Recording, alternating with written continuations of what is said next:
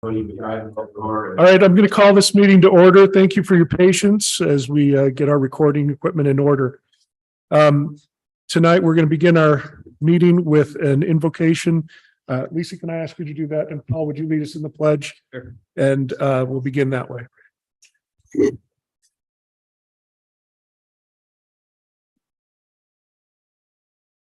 Our dear Heavenly Father, we are thankful for the opportunity that we have to meet here together this evening in a free country, in a beautiful state and city. We're thankful for all those who make it possible to live here and to appreciate and enjoy the lifestyle that we do. We pray for clarity and sensitivity as we discuss all of our issues tonight. We pray that we will recognize the different sides and that we will be careful and have clarity as we discuss these issues. And we pray that we will all be of one mind. We pray for all those who are not with us tonight. We pray for them in their needs and pray that we might recognize them and help our fellow citizens. We are thankful again for the opportunity to be here and to live where we do and to appreciate so much the freedoms and blessings that we enjoy, especially at this time of year. We say this in the name of Jesus Christ. Amen. Amen.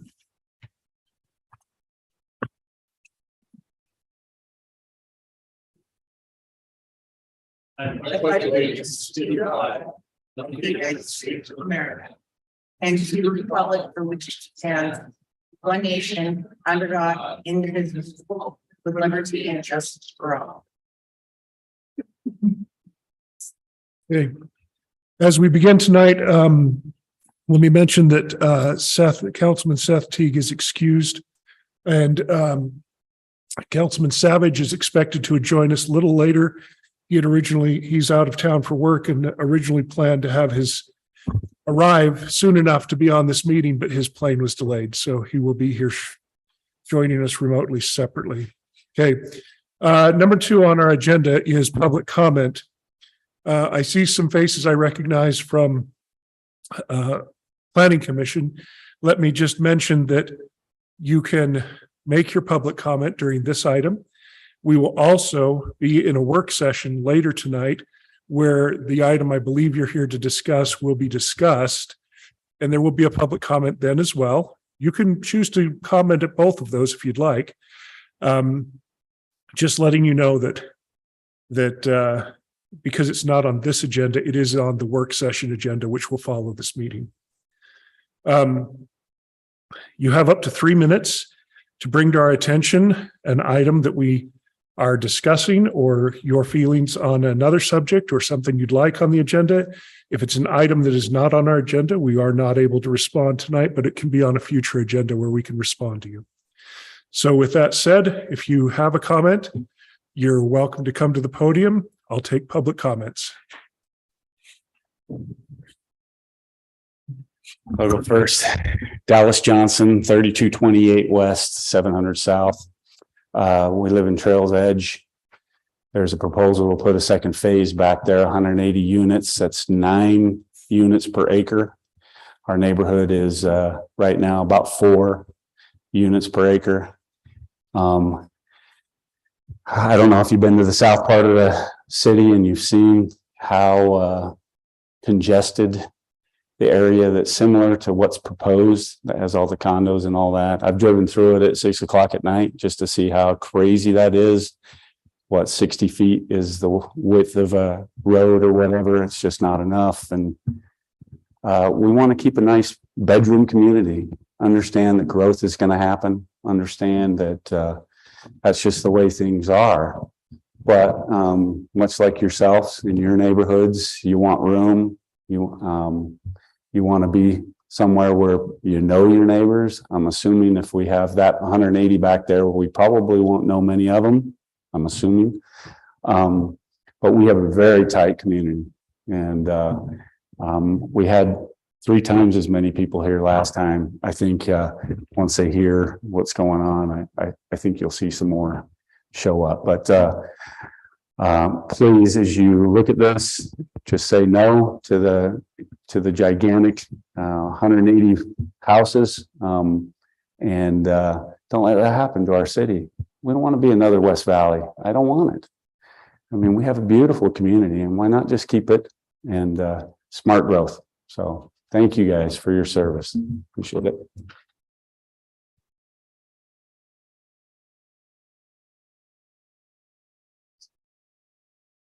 Anyone else? I'm Steve Burton. I live at, do we need to have to do our address and stuff We like do. this? It's per- 611 South, 3300 West. You can bring me cookies if you'd like. I second what Dallas says, but I'll save my other comments for the other meeting Okay. afterwards. Thanks.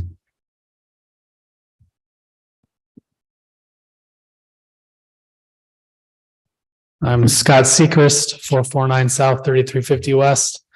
Yeah, I'm not in favor of this development. My main reasons are just the traffic that it would bring through our neighborhood. Like you said, the 180 units is going to bring a lot of traffic. And another of my big hangups is it turns Thurgood into a through street to get to 193.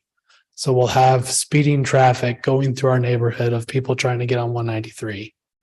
I understand that you have an agreement with UDOT for a stoplight there. But I also understand that that can be amended. And Thurgood doesn't have to be the third street. You know, a new development can have a road and have that be the through street and not something through our neighborhood. And yeah, that's it. Thank you.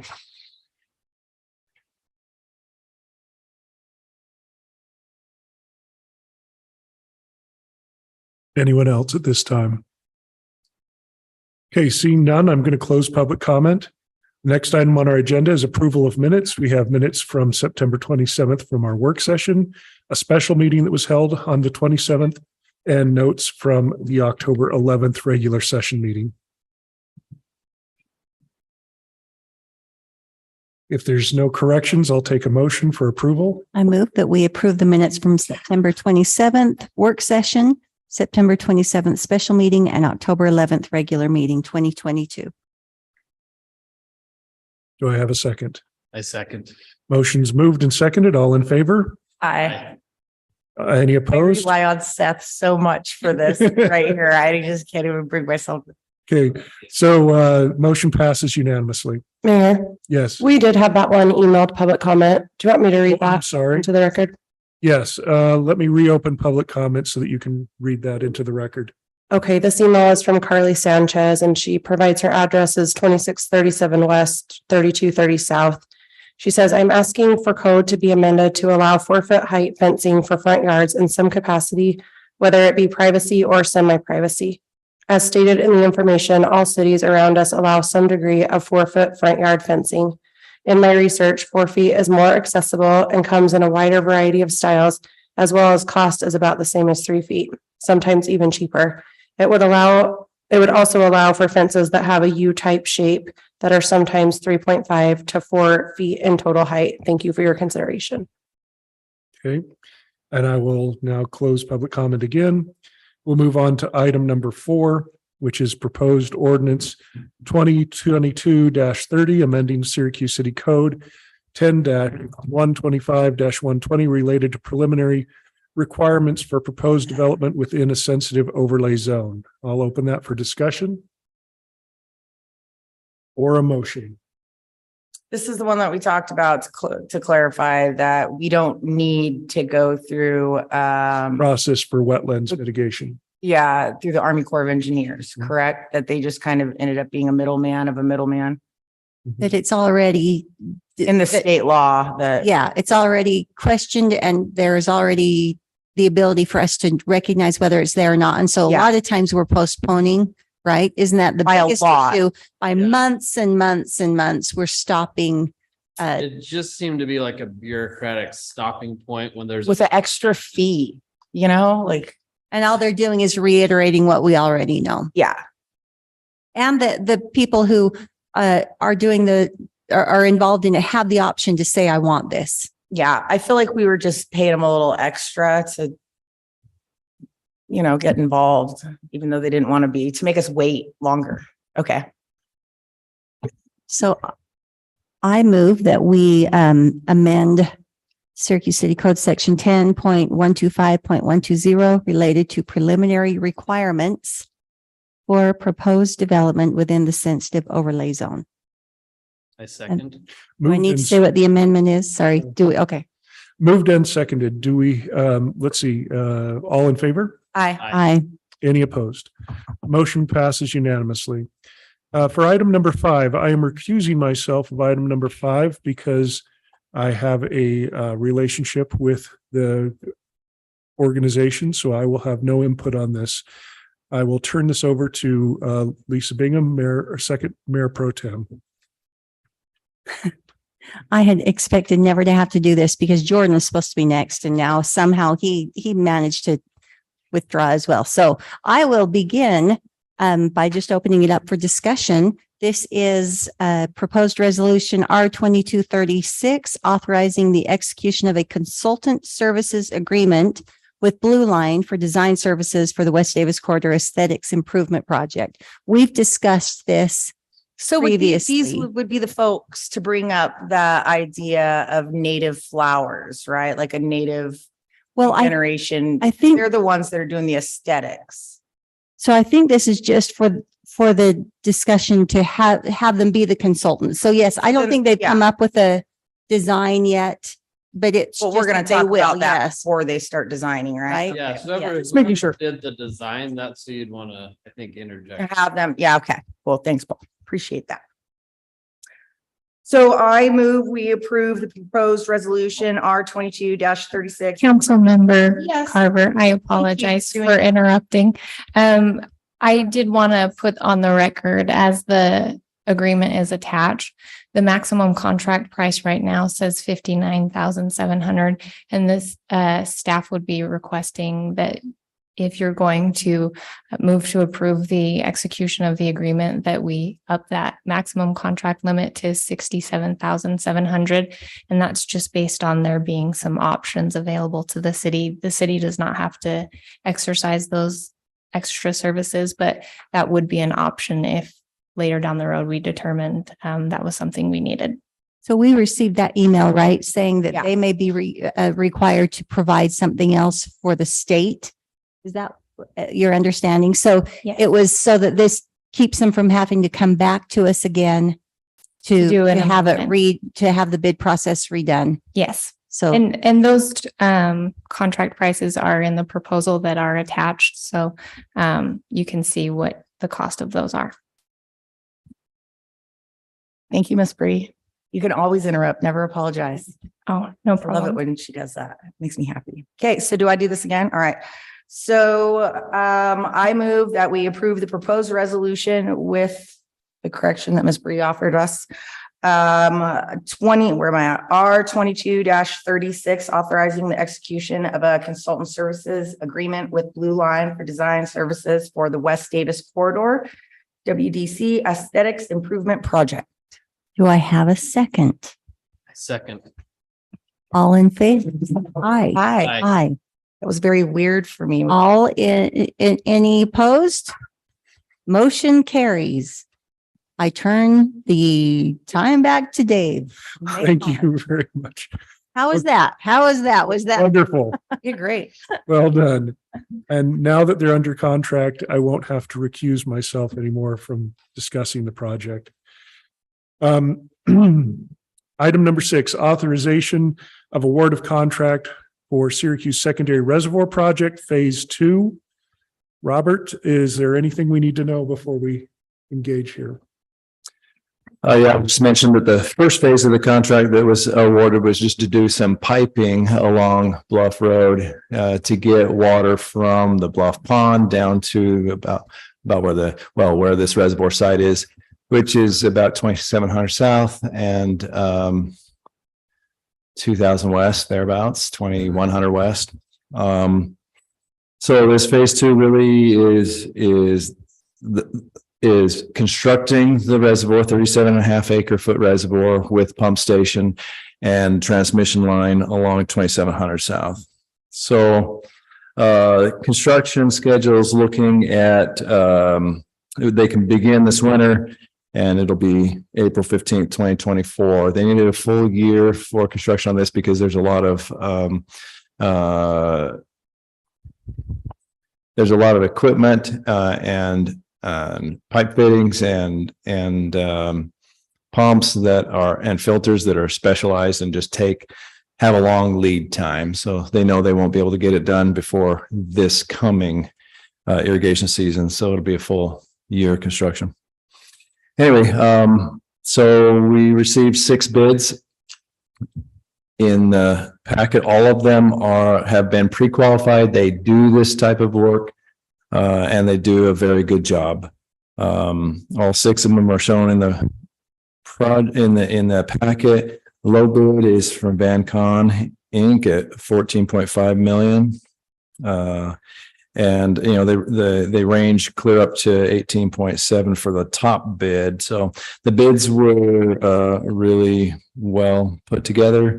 The bid did exceed our available budget. Our available budget is about 11 million. We feel that if we continue to go forward, we have spoken with VanCon. They do have some ideas to economize the project, which could relate to finding equivalent materials that are more economical. We could look at reducing the scope of the project, maybe building a smaller reservoir at this time, and then coming back and phasing in, you know, an expansion if we want to look at that. Another option, we could delay other capital projects or seek additional funding sources. But we feel that in going forward, if there was an award made, then we could really look at dial into options to come within budget. And I feel like that it is achievable. So I bring it to you for consideration of award. You know, one option you do have is if you want to award it with a max of say the budget, what the budget allows. You have that ability if you like, or whatever you'd like. Okay, so It's in your hands. I'm going to begin conversation here just saying that we have identified this as a project that's necessity to be completed for build out of the city. It is a big project regarding water conservation and our ability to store water beyond what we have now. The one reason that this came forward just for public interest is because of the building of the freeway, we were able to rearrange some of our assets with UDOT, and that does create a savings for the city, a significant savings. So that's why we're having this conversation today. And so I would open it up for discussion of your feelings about the various bidders and who you'd like to go with, council. Can you give us an idea, Robert, on what you said that they were willing to, maybe they already had some ideas about how they could adjust this to? Can you share some of those with us? Some ideas just right off the cuff that they had that they could explore, and is for instance, there's a 36-inch pipe that comes in to feed the reservoir, which is a pretty big pipe. It's got to have a head gate on it. It's got a gate valve, which is like $145,000 because it's a specialized gate valve. So they talked about they could reach out to a supplier and look at a different type of diversion. Maybe it's a slide gate or a butterfly valve or something that might be more economical, but still accomplish the same goal. So that was just one example. Another that we came up with is maybe we don't do the full road improvement along 2700 South. We know 2700 South is going to be torn up completely. It's such a narrow width anyway. We figured rather than just doing a few road patches and leaving maybe a 2 or 3 foot section left, just doing the whole road width. We could put that off and just patch for now, possibly, which could be some savings. We could hold off on doing a transmission line from the reservoir serving to the west. You know, at some point, we also have to figure, you know, if it's only 2-3 years down the road that we have to put something in anyway, when we're tearing up the road, economies of scale say it probably is cheaper now than spending even more money later. Are we waiting for UDOT to get done with that highway? To redo the road then, if we do that? I think Because that their we would- trucks are gonna tear that road right back up. right. I think that we would Yeah. do more, if we were to wait right now, it's probably be pending the development. There's interest in developing the south side of that road. And that contractor could be responsible for some of that road improvement. On the side, right there. But by yeah, Williams, this to the east of him. this could be done in concurrence with UDOT, and you know, the bridge is already placed over the roadway. It probably won't be much longer before they actually start using the bridge for the construction vehicles. So but I'm with you. I don't want to put a new road in and have it just I'd rather busted just up. Done with what So- they're doing and then put a new road in because they're just gonna tear it up. Yeah, And they're not gonna be responsible for it when they do. we coordinate really well with them, and we can certainly coordinate when our new road gets put in. Like I say, it probably won't. Needs it then. It probably wouldn't happen until like the summer of 2024 anyway. So- 2,700 needs it really bad. though. And West Davis will be done about that same year. So That'd be a good timeline. We So also- my question and concern, so we've got a, what, 3.5 million mhm. discrepancy here, so. Me personally, I'm a little hesitant to say, yeah, let's award a full 14.5 million when we don't know where those funds exactly are coming from. Mhm. If we were to award it with a cap of the already budgeted amount of 11 million. If we needed to revisit it again and raise that cap after we've had a chance to flesh out some of these ideas, is that a possibility? I don't know. That's like way above the lowest of the low already. Like that's the lowest bidder. We're already they're only gonna go up. Well, but Robert said you Well, we can feel afford it. secure that you Yeah. can figure that out and find a way to adjust it down. Yeah, but we're Yes. talking about those valves. Okay, but we both know those slide gates are nothing compared to what those valves do. You're gonna lose water and they're not gonna do nearly as good of a job. So it's probably why they're picking those valves in the first place.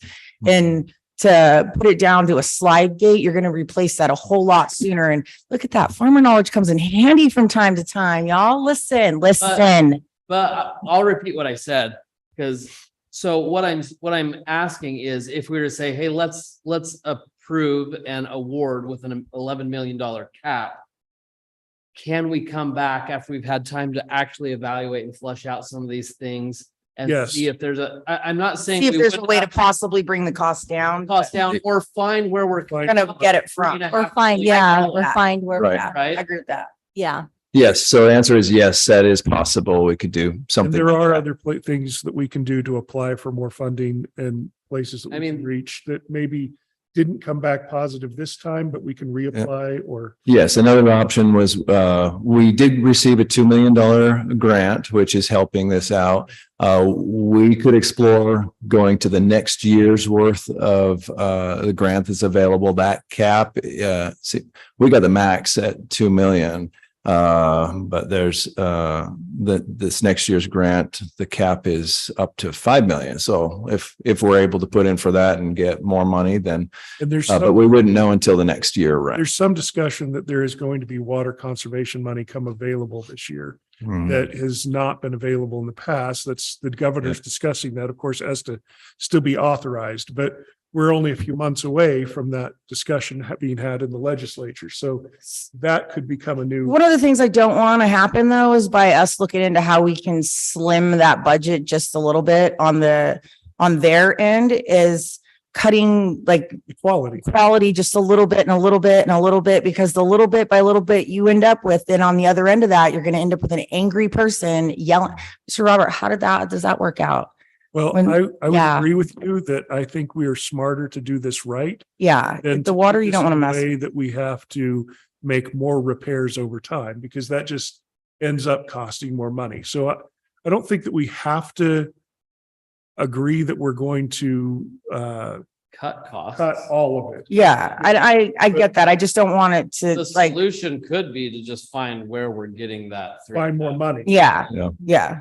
Yeah, and I think that that's a good solution, because like I said, some of that has already been discussed. There's been some discussions that water conservation money might come available this year. So there's no guarantees, but I would look. That's what I'm getting at. Yeah. And I'm committed to come back to you to let you know what we've discovered and give you an update at that point. And then we can determine, is there more money or is there a reduced cost, or maybe a combination of the two? Because So if we approve it conditionally with a cap of less than the lowest Right. bid, does that still allow us to award it to that Yeah. vendor? Yes. yes. Cap in place They're willing to. and Yes. essentially lock in that price. Mhm. Yeah, and that gives us the chance to Time go to find. get- So it kind of accomplishes both. Yeah. It locks us in, but it also gives us time to to consider, find the resources. find what. It gives us the ability to talk to the low bidder and let them know that we're willing to do business with them, rather than having them just drop this and they could go off on another project. There are plenty of other water projects out there, and we could just lose out completely. And if we rebid this, I can guarantee you it'll be more. Way more. Then I move that we authorize the contract to be awarded to Vancom. Is that what we have there? Yeah. At a cap of what our original budget allotment is, with the condition that you can come back to us, that there will be some remediation to see if we can bring the price down and to find out if we can find more funding. I second that. Does that Great, satisfy thank you. you? Okay. With that motion, all in favor? Aye. Any opposed? Okay, that motion passes unanimously. Thank you. At this point, we have our second phase of public comment. Like I say, there will be another section to this meeting where we have our work session items. But as per protocol, we will open this up for public comment. You're welcome to comment on this or other items. Mayor, could I just have a point of clarification Yeah. on that? Typically, we do have public comment advertised on the work session because that's usually the only meeting that night. Yeah, you're not For advertising. this one, we advertised tonight for this meeting, and it was not on the agenda for the work session. However, you can always allow public comment when you Okay. choose. So just clarification. Then I'm going to exercise a privilege of the chair and defer this public comment section to the next meeting, as it's just going to be a few minutes away. So, so we don't repeat ourselves. So at this point, I'll take mayor and council announcements. We'll start at your end, Paul, if you have a few announcements to make. I don't have any announcements. Okay. Any reports or no? Okay. Lisa? We had a fantastic Chamber of Commerce.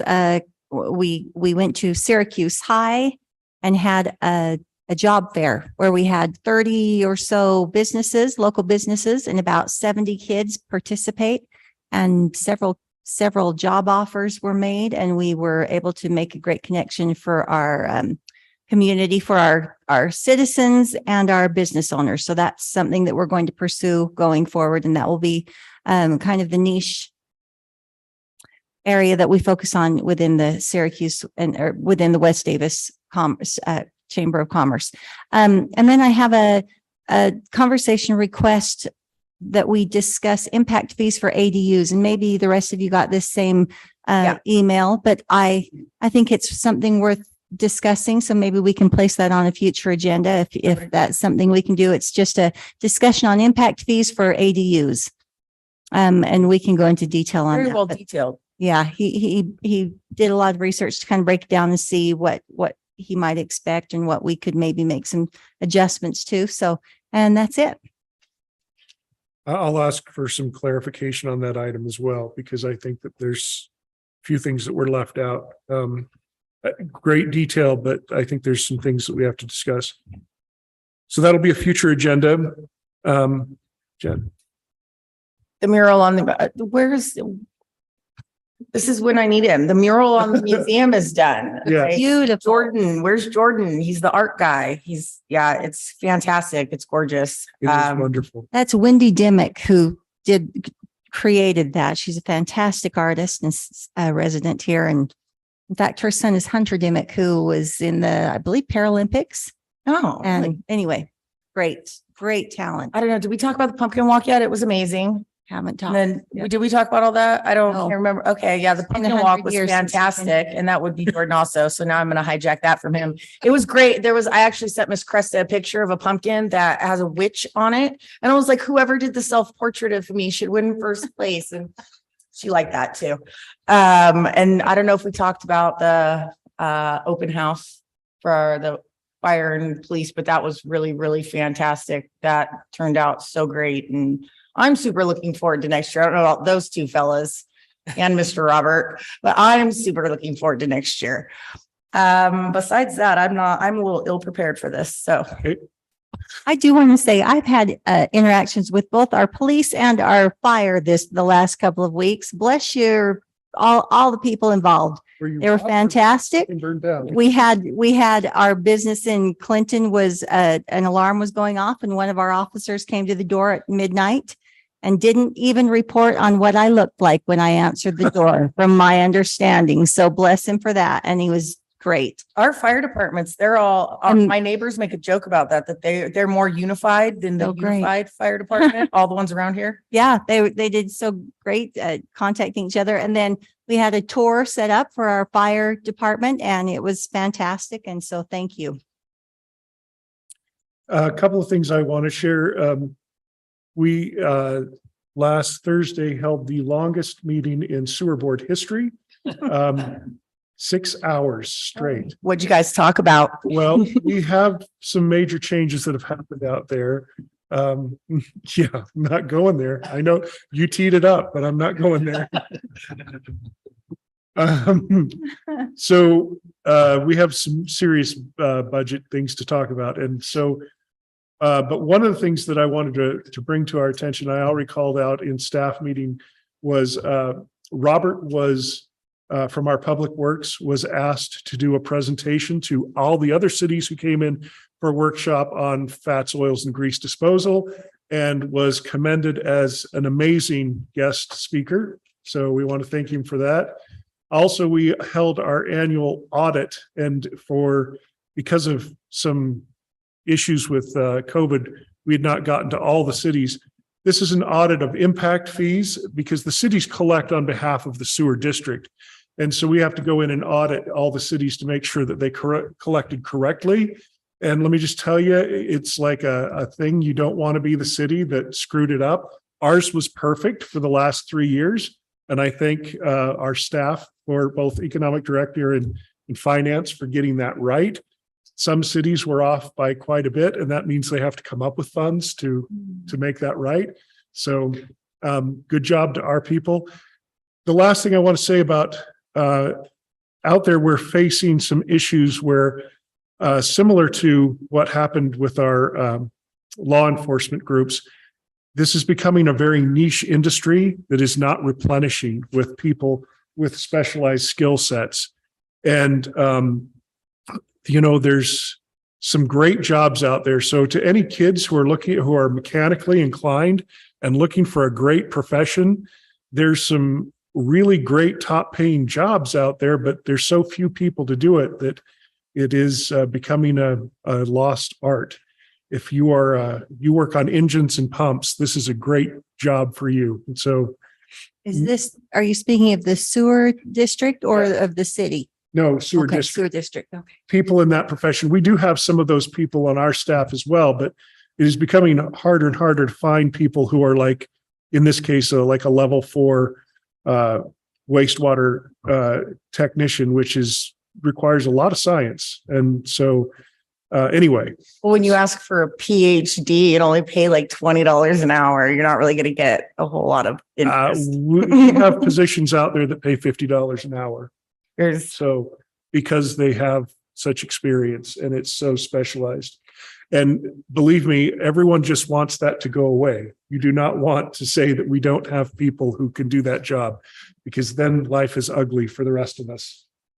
So anyway, something that needs to be considered. The Arts Council had their musical. I had announced that they were going to do The Hunchback of Notre Dame.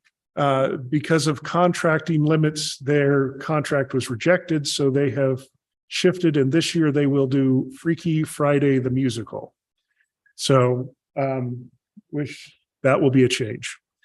So next July, we'll look forward to that. What contract shifted? Tuacahn down in southern Utah bought rights for the entire state, so nobody else in the state will be doing that this year, but it will be at Tuacahn. Oh, that play. Yeah, that play. So they can't do that play. They would have done a good job too. I think they would have, yeah. So it's just the way royalties work. So they had to shift. And if you didn't get a chance to see Mary Poppins Jr. from our youth production, that was amazing. Great experience for those kids. And we had very large crowds. Okay, at this point, I'm going to shift from this meeting and recess so that we can reconvene in an RDA meeting. We have one item that needs to be discussed for an RDA meeting. So calling that meeting to order, we have one item on the agenda, proposed resolution RDA 22-04, authorizing the execution of an agreement to reimburse payment for parking lot improvements for Don's Meat to enhance safety and traffic circulation, accessing benefiting neighborhoods, businesses within the Syracuse City Town Center RDA. This item specifically, work was done, as you know, with the traffic in there. It was becoming unsafe for people, the way that there was no directed traffic line. And so now we've restricted traffic to one specific path so that workers aren't dodging cars cutting through the parking lots. So the question is does the RDA want to reimburse these costs as they do benefit the surrounding businesses, not just Don's Meats? Yeah, did they bring up, this is just for this. Have we found out if there's anything more that That's in process. Okay, cool. Yeah, so I'm good with this. I think Okay. it's fantastic. Great That's people, under great human. discussion, but yeah, Does this includes that barrier on the west side of Don's Meat? yes, at both. We had kind of talked about maybe bringing that back a little bit, or It is what it is. They've Okay. left a traffic circulation path, which is at our request, okay. It's actually very safely laid out. Yeah. It looks really good. but it prevents people from cutting across the back where people are taking out trash. Well, I think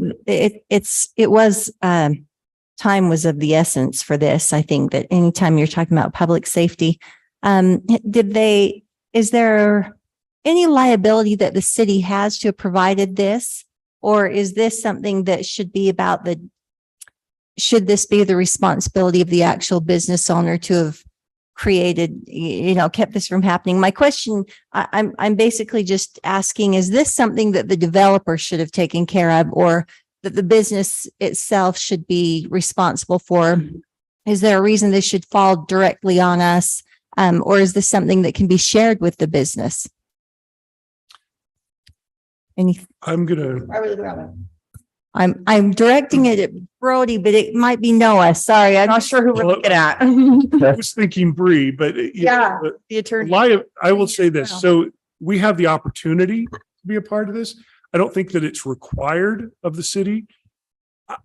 My experience on the council in general is that in the past, we've really changed our code to require businesses to be more safe. That all is post this business and the surrounding businesses going in. So the code wasn't there at the time to require them to do this. Like we say, these experiences are things that we've updated the code to make it more safe, and that would put it on the future developer. But And they leased that for a very They long did. time and then just finally purchased that land. So they kind of got what they got. Okay. And they're just improving it they bought what was there, and they're just making improvements as the best that they can. And being such a small business, I mean, you started a business, how those costs, Oh, yeah. sure. And this is something that, Well, They just that's- bought- we don't have Small- 9,000 just sitting there to, yeah, and and gosh, I'd like to put some bowlers up there. and small businesses they're going out so quickly, and this one is so devout to our city that it's Okay, so So there's no liability. This is just, if we want to do this, there isn't anything that's saying that we have to, or is there? So the improvements have already been installed. This would just be a reimbursement payment to Don's Meats for making those improvements the way that they have already installed them. There wouldn't be any requirement that the RDA approve these. It's just that it benefits the surrounding businesses that are within the RDA zone.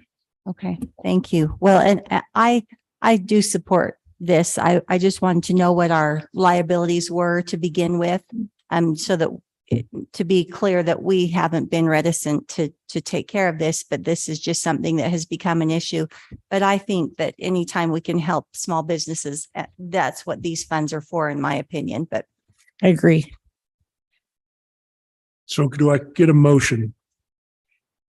I so move that we approve proposed resolution RDA R 22-4, authorizing the execution of an agreement for reimbursement for payment for the parking lot improvements installed at Don's Meats to enhance safe traffic circulation and access, benefiting neighboring businesses within the Syracuse Town Center redevelopment area. I second. Well done. Nailed it. that was a full picture. All in Beth. favor? Aye. Aye. Any opposed? Motion passes. We will reimburse Don's Meats.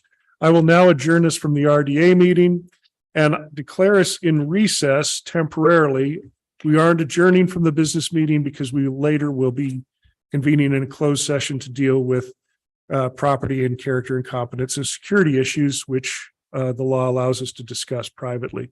So we will reconvene in the large conference room in 5 minutes, where we will begin a work session and discuss the items on that agenda and take public comment that was deferred from this meeting. And all are welcome to come join if you'd like. We're going to the conference room. Yeah. Did you have the audio? The audio on the Zoom works not. Well done. Next time, I know how to do it. I think I got pretty good at it. You're getting better. Making motions down. All right, look out. Knock out two of them. Look out, Myrtle. Here we go.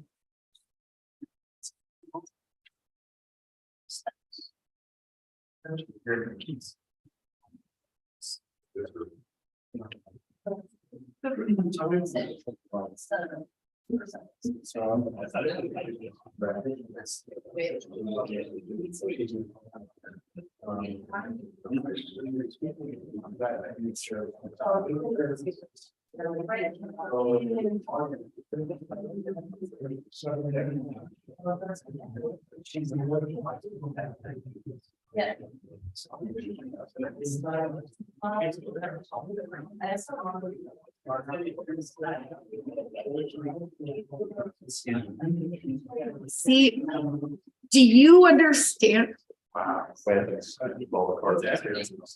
This is why everybody on staff. Yeah.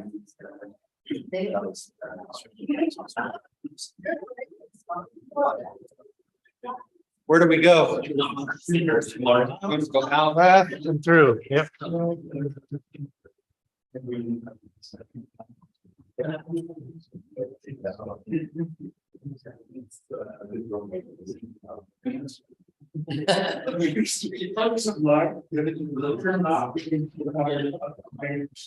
Yeah, I think it's.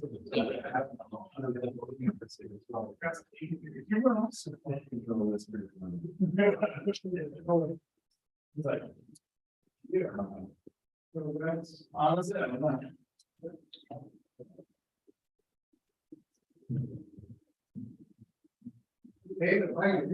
I know, Steve, I think my, yeah, thank you.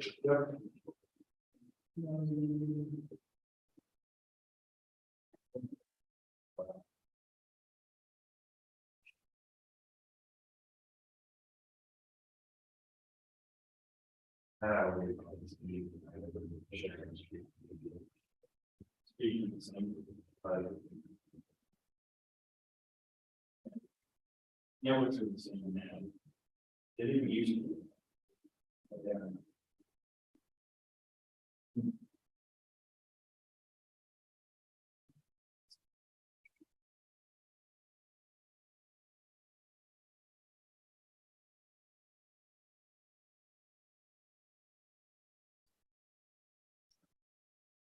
They didn't know how he wants it. But they have to stay with it.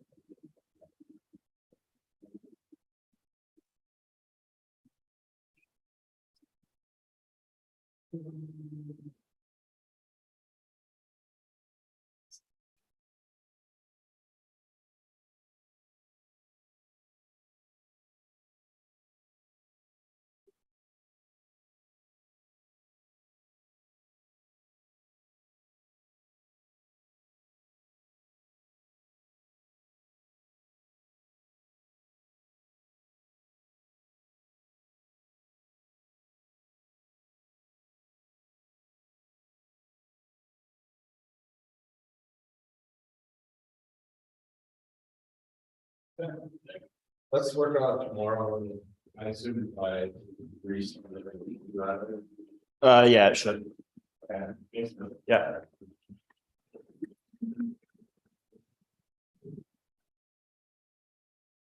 Test. Why?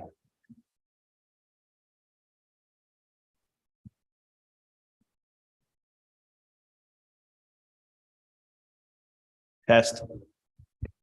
Test.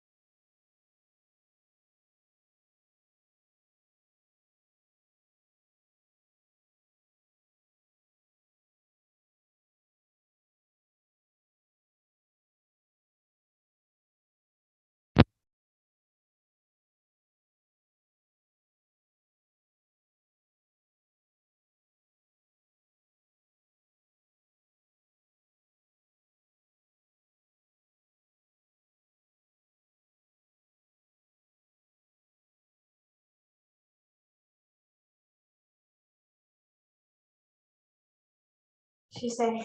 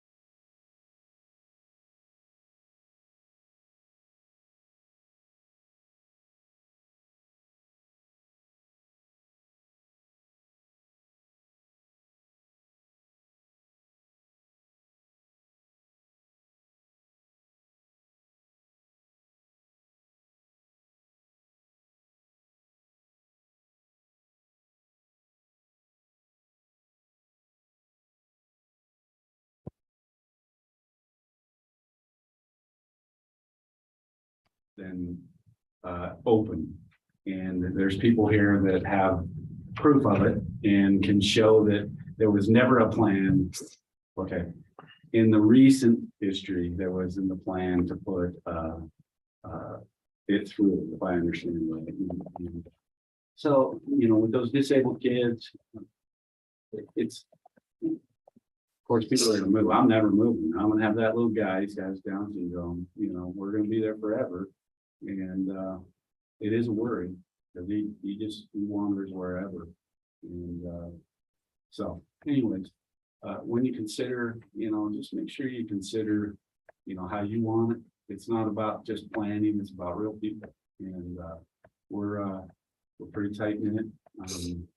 It's we understand there's gonna be growth, but you know, how do we want it? We want a nice bedroom community, you know, of course we want taxes lower, so you want tax base and all that kind of stuff, but that's not priority. Priority is the people that live here. Anyways, thank you. Anyone else in the room? I'll go. My name's Jen Barlow. I'm at 377 North Main Street in Layton, and I represent the landowners. I think from our perspective, right now, we're asking for an amendment to the general plan from commercial to medium density residential. We own property that will soon be on both the north and the south side of SR 193. This property on the south side of SR 193 is currently zoned medium density residential, or not zoned, excuse me, general plan, medium density residential and commercial. And we're asking that the commercial goes medium density residential. In our plan that we put together, we were trying to be respectful of the current neighbors. We developed that property a few years ago, and we felt like stepping the density so that you had single family homes up against the current single family homes, and then going to the townhomes up against West Davis Corridor and SR 193 felt more appropriate. For us, it doesn't make a lot of sense to do R2, even R3 homes right up against West Davis Corridor and SR 193. For us, I'm fine if we need to table this to explore more options. And I think looking at The general plan on the north side of SR 193, that's all medium density residential in the general plan right now, which that to me leads more commercial for the future. And if that's something that we need to look at doing like a swap, we're happy to look at that. We're also happy if we get medium residential to take our current conceptual plan and make some tweaks and look at what we need to, what we can do. I know we'll have another public comment, and it would probably make more sense once you guys have had it, shown from NOAA, but the access is a big issue. If it stays commercial, and that's a concern from the landowners. And as landowners, we did feel like we were trying to be it's a balance we're striking. How can we be respectful to the neighborhood, but also be able to develop something to be able to make a profit on it, because we're not a nonprofit and we're trying to be something. So maybe looking at the general plan and looking at some of those options would be helpful, but we also don't want to have this drag out forever, because we'd like to be able to know what our options are and to be able to plan for the future. Thank you. Is there anyone else in the room that wants to comment?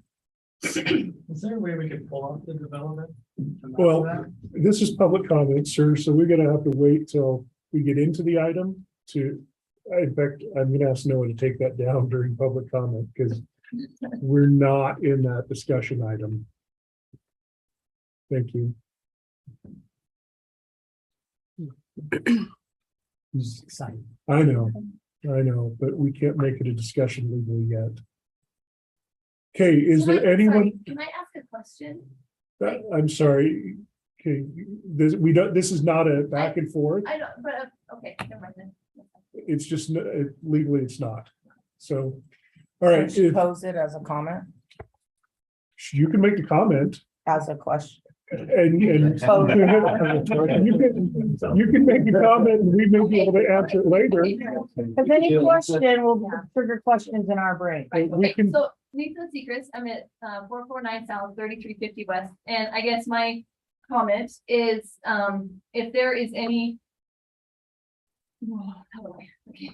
What is there like access points to the new highway coming in 193? Is it fair to have it going through a neighborhood when there may or may not be other access points going through neighborhoods? That would be my question. you're fine, you're fine. Ask the question, but just have it be part of your comment. So I guess, okay. You can say it. I know. Like, is there any other access points that go through a neighborhood, right? And if that's the case, how does it affecting like our other neighborhoods as upset about it, right? Like, I know you have to have a light every so often or whatever, but is there a way to not have an access point going through a neighborhood? I don't see why it has to go through a neighborhood. Why can't it stay like on a main road? That was perfect comment. All right, so is there anyone online? If you would raise your hand online, if you're would like to, and I see that Councilman Savage has been able to join us. Welcome. You're on mute. Okay, I don't. You see It that? looks like you've got one, Jessica. Oh, Okay, Jessica. Yes, I'm Jessica Oliverson. I live at 644 South Oakland Lane. And I just want to say that, when we moved into this neighborhood, we're a very tight community. We love that. And we're not opposed to growth. We're opposed to this high density houses that are crammed into there. We were told that our neighborhood would stay the same. Adding townhomes and medium density does not keep our neighborhood the same. And making that road a through road does completely change our neighborhood. We're going, Thurgood is technically 3250 west. So you're going from 3000 west to 3250 west. That's a quarter of a mile and adding a stoplight. And it doesn't benefit anybody except for the neighborhood, and we don't want it.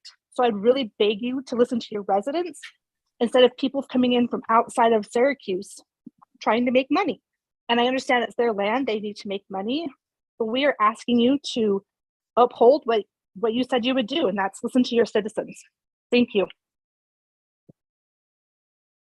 Is there anyone else online? Okay, seeing none, I'm going to close public comment. As we go into our planning items, let me just reiterate the format.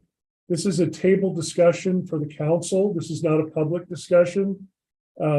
This is a work session. We're not voting on anything. This is to kind of vet out if there are more questions that we want to ask or options we want to consider before we do go to a voting meeting. So I would ask for your patience as we explore options, because exploring an option doesn't mean that we're going to take an option. So that's always a part of discussions that sometimes gets people excited that we explore possibilities. So I'll begin by answering a question that was posed when we're not allowed to answer the question. But so I want to clarify that in July of this year, we voted to accept the UDOT alignments of access, which, let me be very clear, does not obligate us to connect to 193. What it does is state that those are the positions UDOT would allow us to connect to 193. So that's not a foregone conclusion that that happens at every quarter-mile increment, which is what they've allowed. So they have allowed that there be a stoplight at every half-mile increment. The road in question, Thurgood Lane, is one of those increments and has been identified for 20 years or more as a connector to the eventual spot where 193 comes through. So the question that came up of, will there be other places that this connects through a neighborhood? It's possible. It's not predetermined that it will connect at this point, only that it is an option. I will say that from my experience working through all of the zoning issues here, usually the more connections you have throughout the city, the less impact each one has on traffic, because there are options. So just from a standpoint of what I've seen and experienced, connections are not bad. In fact, it's worse if you limit the number of connections, but that's not to say that this goes back to talking about that doesn't mean that that's going to happen here. It means that we understand that more connections is good. So as a general rule, it was also mentioned in public comment that this would be a quarter-mile without a stop sign. I do want to bring to the table that according to the national standard, quarter-mile is where you're supposed to put another stop sign. So I'm not suggesting that that's the right or wrong thing to do, just that they would suggest that if we went beyond that, that there would definitely have to be a stop sign somewhere. That doesn't mean that we shouldn't put a stop sign somewhere between here and there. That all can be, that can be evaluated. And we just did this in my own neighborhood where a connection was made between two stub roads and made a through point on a major half-mile increment that my road happens to be on. And when we did that, they put up a meter to test traffic, and it was justified putting another stop sign on that road, which they later did. And actually has been on the plan for 10 years, but nobody complained that the stop sign hadn't gone in. So, so these kind of things can be addressed and can be changed. But I'm not declaring what's going to happen. I mean, this is all open discussion. So anyway, I'm going to let Noah kind of present. This was only presented so far at Planning Commission. Planning Commission, I did sit in at Planning Commission because I was really curious how this discussion would go. I'll report to you all that it was almost a good hour of public comment. There were a lot more people that were there for public comment on this public hearing. So there's a very passionate community surrounding this item. And that's great. We expect, it's always better when our citizens come forward and share their feelings on a subject. But I will also say that the Planning Commission unanimously recommended to deny this application. So that's Angel Street and between Gordon and Main Street and Layton is exactly what Thurgood will become. Okay, that's a good, yeah. But I'll give Noah a chance to kind of preface what the application is asking for. Okay. I'll try to be brief. Anytime we change our general plan, it's always, of course, an important item with the city, and that's why we have planning commission and city council. And like the mayor said, the planning commission's already taken this up, but let me go through. I think you guys are probably up to speed as far as like where this is. This is just north of Trail's Edge, and you can see there's a lot of transportation improvements being built right now, which changes the context of the site significantly. You have a new state highway and a new freeway, and the intersection of a freeway and a highway is usually commercial or something of a little bit higher intensity. And there's kind of three things to keep in mind here. We have the issue with Thurgood Lane and all of the information around transportation planning and processes that the city goes through for transportation plan. Then there's the general plan designation, which is of course the more broad designation for the site of what we think it'll be in the future. And then there's the current zoning of what they can do now. And so just to be clear, this is the general plan. And you can see right here, so this is that dotted line. It would connect Thurgood Lane. What we know about Thurgood Lane is that it is on our master transportation plan as being connected through here. That plan has been adopted by the city. It's on our city website. It's been adopted for 10 years, probably a decade. It's been in place, showing that this is going to connect to future 193 through this neighborhood for over a decade. And as this subdivision was built, Thurgood Lane was built as a 66-foot road. The standard road is 60. So when this subdivision was built, it was always planned to go through as a collector road. That doesn't mean that it necessarily has to connect. And then, of course, the agreement with UDOT was just establishing where those connection points would be. It was actually always an agreement to have half mile, but the city requested that we amend that so that we can have a quarter mile, or I guess rather formalize an access agreement. So one thing that's important with the access off of 193 is that, so the quarter mile is right there where my mouse is. There will be a right in, right out going north, but there won't be any access going south right there. So the only access for this site is here. And then there'll be another right in, right out right here, which has a center turn lane. So it really limits development. So commercial development really needs good access and visibility. So you have great visibility over here, but not very good access.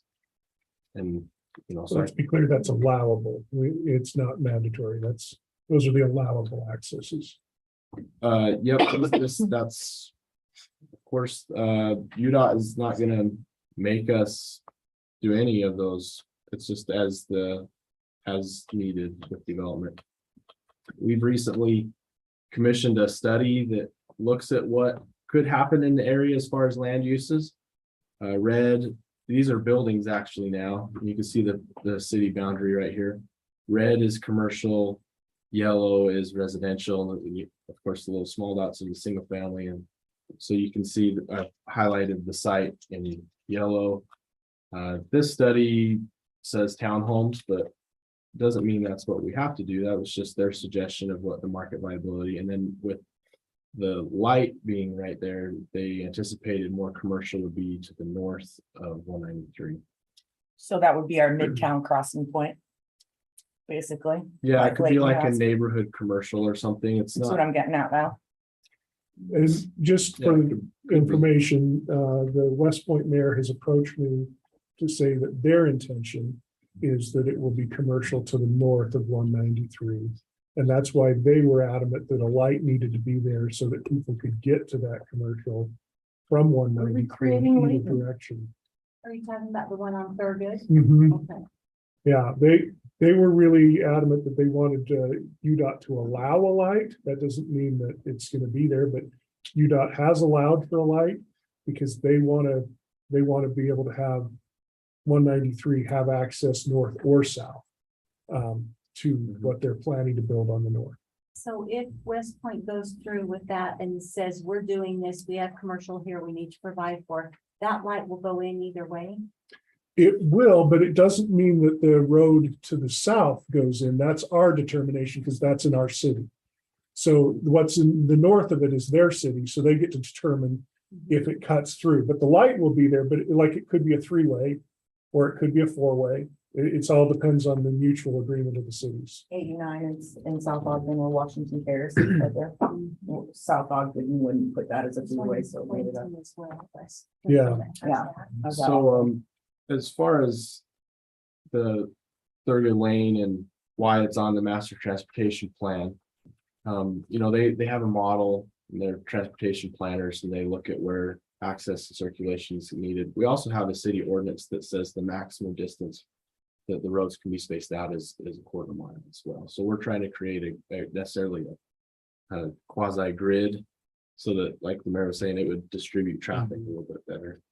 And West Point's also planning commercial over here, and you can see what the consultant said might be feasible. These are pretty big commercial structures with some. So I think the context of the site is going to change significantly. This is an exhibit to that agreement that just shows where the lights and the right turns will be. This is our existing general plan, and you see the red. This is where we anticipated the commercial would go, but I think at that time we didn't necessarily know what the access would be off of the highway. And so the commercial was kind of grouped around this kind of center nucleus around here, and then the medium density tapers out to the single family. So here you can see what they're proposing. They're proposing to change the commercial to the medium density here. That would look like. And then this is the zoning, which would be a separate future application if they're successful with the general plan. You can see the existing zoning. This one right here is R2, which has a minimum square foot lot of 10,000. This one's R1, that's a 12,000. And then, like they mentioned, the R3 is all 8,000 square foot. So that's 4 units per acre. Now, before you go on, let me just add that it's still to this day, let's scroll down one slide, still to this day, we see the little sliver of land, the 1.2 acres, that's actually in West Point City. No, you're down in the corner. Oh, yes. That's actually still in West Point City. The application was made to West Point City that be annexed to Syracuse, and we agreed to accept that. But they've added a condition that they won't annex that to Syracuse until we approve what will happen to it. And of course, we wouldn't be able to approve what will happen to it unless it was on a condition that they annex it to us. Aren't they fun? So we're going to have to agree before anything happens to this land that both our city and their city agrees to it. But they understand very clearly that if this were to be residential, they would want nothing to do with trying to represent separate water, sewer, garbage services that they have to maintain to the 7 houses that would go into that little corner. And everybody else would be on our services. So they would like to. I feel like it's fine to make it difficult for them if they want to make it difficult for us. I don't think necessarily I don't think that's necessarily their intent. Talking with their mayor, I think they just want to be clear that they're not making it, just like we don't want to give away something that we don't know what's going to happen to it. They don't want to do the same thing. Yeah, every city doesn't want to give up a potential commercial site. I mean, it's just the facts of city revenues and things like that. So if we were to want to entertain this, it would need to be a conditional kind of scenario. Like we would change the general plan or zoning with the condition that the annexation or the boundary adjustment actually goes through. Thanks for that. That was a good clarification. So this is what the eventual zoning would be with the PRD, which does allow up to 9 units per acre on the site. Here's the design. because currently it's R2, which should not be allowed the 9 units per acre. Yeah. Well, it's not only part of it's R2. So here's the plan. You can see here's Thurgood Lane. It's rotated slightly. This is the 1.3 acres that's technically in West Point here. There's about, I think I counted like 16 units or so. So you can see these are small lot, really small lot, single family. So they're like 3,600 square feet. They're really similar to what you see down in Shoreline and Stillwater. And then all of these are the townhomes that are near the highway and freeway. So the density kind of ramps up as you get closer to that corner. They do have some private roads in here that are proposed that would service some of these, but then these 60-foot right of ways would be public roads, public streets. And they have Ensign Engineering designing all this. And so as far as feasibility studies and things like that, you know, there's utilities that are stubbed into the roads here. So that, you know, but the question is, but one of the things we're supposed to decide when we're looking at a general plan is there utility services feasible? So they're all there to the site. They've provided these renderings of what it might look like. So these would be the single family on the small lots. You know, 2 stories, front garage, and then they've got a townhome that's both rear and side fed. Okay. Yeah, I think that concludes everything. If you have any questions, let me know. And in the planning committee meeting, they said Sir, they're not. sorry, they're not this green is- space. It's not open discussion, sorry. Well, just so no to bring up Steve's there, if he commented on that. Yeah, it's true. The green space on the plan is a little short per the PRD ordinance. But there is a provision that would allow them to enhance other nearby park spaces, but that would also be a, Closest park to that would be Rock Creek, yeah, and that would be within the zone. yes. However, Rock Creek is pretty developed at this point. Sure. Or it could be used to purchase park property, but that's also a separate council decision if we got further down the line. Okay, so, Can we talk now? yeah, you're Yes. Boston. Have you guys driven down Angel Street between Gordon and Main? Have you driven down that road? Sure. All the time. So I used to live on that road, and I feel like I'm the only person that's noticing this is literally almost how it started over there. And now they have a whole on overpass that connects to it that goes over a highway, and it is a horrible road to live on, which is why I moved to Syracuse. You are welcome. But yeah, just because of this, something just like this, and it's on Angel between Gordon and Main Street, yeah. Right there. Or they connected to the And when they overpass. started to goes the over overpass and the I-50. whole road, like, it was a horrible road to begin with, and that's basically what's gonna be created with that stoplight. Just, it's a side pass road, so people can real quickly cut the stoplight and get around something real fast, so they don't have to go to stoplight and make a left. They just shoot down that road, bat out ahead, you know, you've heard the phrase, certain of it. But that's, and it literally, I know. I heard it slightly different, but. I'm it sounds reserving similar. those words for special occasions.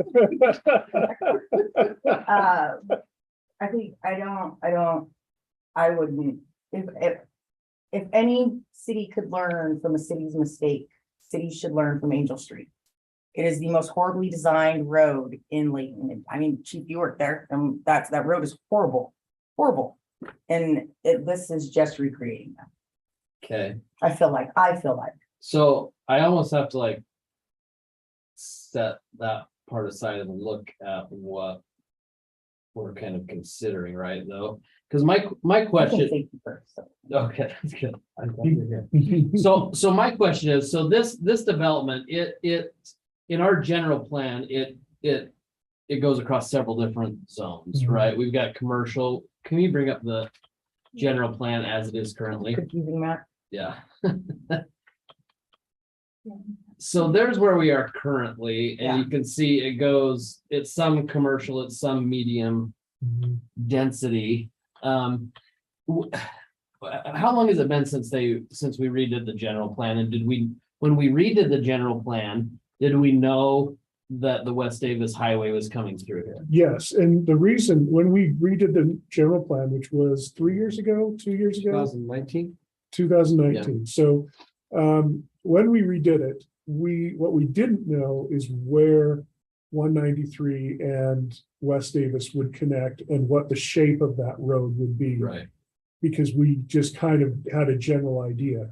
So I recall that the discussion was that let's make it commercial near where that's going to be, because wherever you have connections of major roads, that Right. tends to be commercial. But again, that was general plan. It's not, you notice that we didn't like rezone the specifics of the actual. Because, well, to me, it feels a little, because I'm not saying that commercial, I'm not gonna say that commercial isn't viable there, because it reminds me a little bit of off of like the Legend Hills office Mhm. development off of Layton, where you're between two two major exits. So you have to get access, you have to go Up and around up frontage. and around, and that seems to be very viable commercial. So More for office buildings. yeah, like office Well, that's buildings. what I was thinking, But if warehouse. this is zoned, if this section says zoned commercial, that could go mixed use, Yep. which we've seen what happens with mixed use as well. Yeah, I'm gonna let Jordan chime in. He's got his hand raised, so Oh. let's give him a chance. Jordan, Hi, can you guys hear me? yes, we can, share. Okay, sorry, I've got a lot of people around me, so they're all staring at me weird right now. Sorry, I'm traveling and my plane got delayed, so I'm a little bit not where I'd like to be. But anyway, what I wanted to say is we've built a lot of stuff recently. I think this is our opportunity just to take a breath, and we don't need to build anything here now. It's zoned commercial. We would prefer it to be commercial, but you might end up with something Legend Hills. So there's probably more of a mix that could occur. Yeah. But especially right around the intersection, I'm hesitant to zone all of that as residential. So I'm kind of the opinion that the planning commission had it. I think this is the time, just hold and let's see how this area starts to, and make a decision now. We don't have to make a decision to build out Syracuse. Kind of where I want to go with that is just let's just hold off a little bit longer on this area. I mean, if they want to build what's already zoned for and go to the commercial and build to what we have there, I can work with that. But trying to redesign it all because someone owns it and wants to put in housing, I'm just not ready to do that right now. I support that sentiment. I would also throw in a comment I heard recently in the community I think is appropriate to share. Somebody said, oh my gosh, if this is commercial, what if that becomes warehouse? Well, I think that was meant to be a suggestion that warehouse is awful, but warehouse is also what we have at Warehouse 22, and next to it is Pickleball Place. And I don't think that's the kind of warehouse that anybody would object to being near their neighborhood, because that's actually, Industrial. it's actually industrial, but it's kind of nice industrial that is. I mean, all the way down to the Lifetime, it's all quiet industrial area over there. I'd rather live next to industrial than a whole bunch. Anyway, more my point being that just because it's zoned that way doesn't mean that it couldn't be useful. And I mean, that's the kind of thing you have like a tumbling gym or something you could go in. So I'm not at risk for saying, oh my gosh, it would be dirty industrial. We actually have ordinances against that in our city in general. So we like clean industrial. Well, and Jordan's absolutely correct. We've got a lot of stuff coming That's- online. We've got 500 or The so, Anniversary we've got 500 or so Project. apartments coming on Antelope, plus another 50 townhomes, plus across from that we have another 100 and whatever townhomes. We've got Monterey West, which is 100 apartment units. Then we have the hospital, and coming with that is another 300 apartment units as well. So I would say that it wouldn't hurt the city to wait to see the closer to the completion of the highway. And I then understand 93. developers are gonna be like, Syracuse City doesn't wanna let us build anything, and right now, we just kind of let you guys build everything, so it's a little heavy on us at the moment, so we just gotta. Well, I think there's an issue with the open space, especially the 12% Yeah. versus 20%. For that density is a real issue, and I I'm not of the opinion right now with us having so little open space that this is a good condition to have it with the money go into another area. There are definitely times that is a good option, Mhm. but we are really missing open space right now, and we've tried to create more of that. So that's one issue for me. I would like to, I appreciate that the developer is willing to say, we're trying to make this more amenable to the citizens, and they're trying to be cooperative, and I appreciate that the citizens are doing the same, and that there's been this sentiment of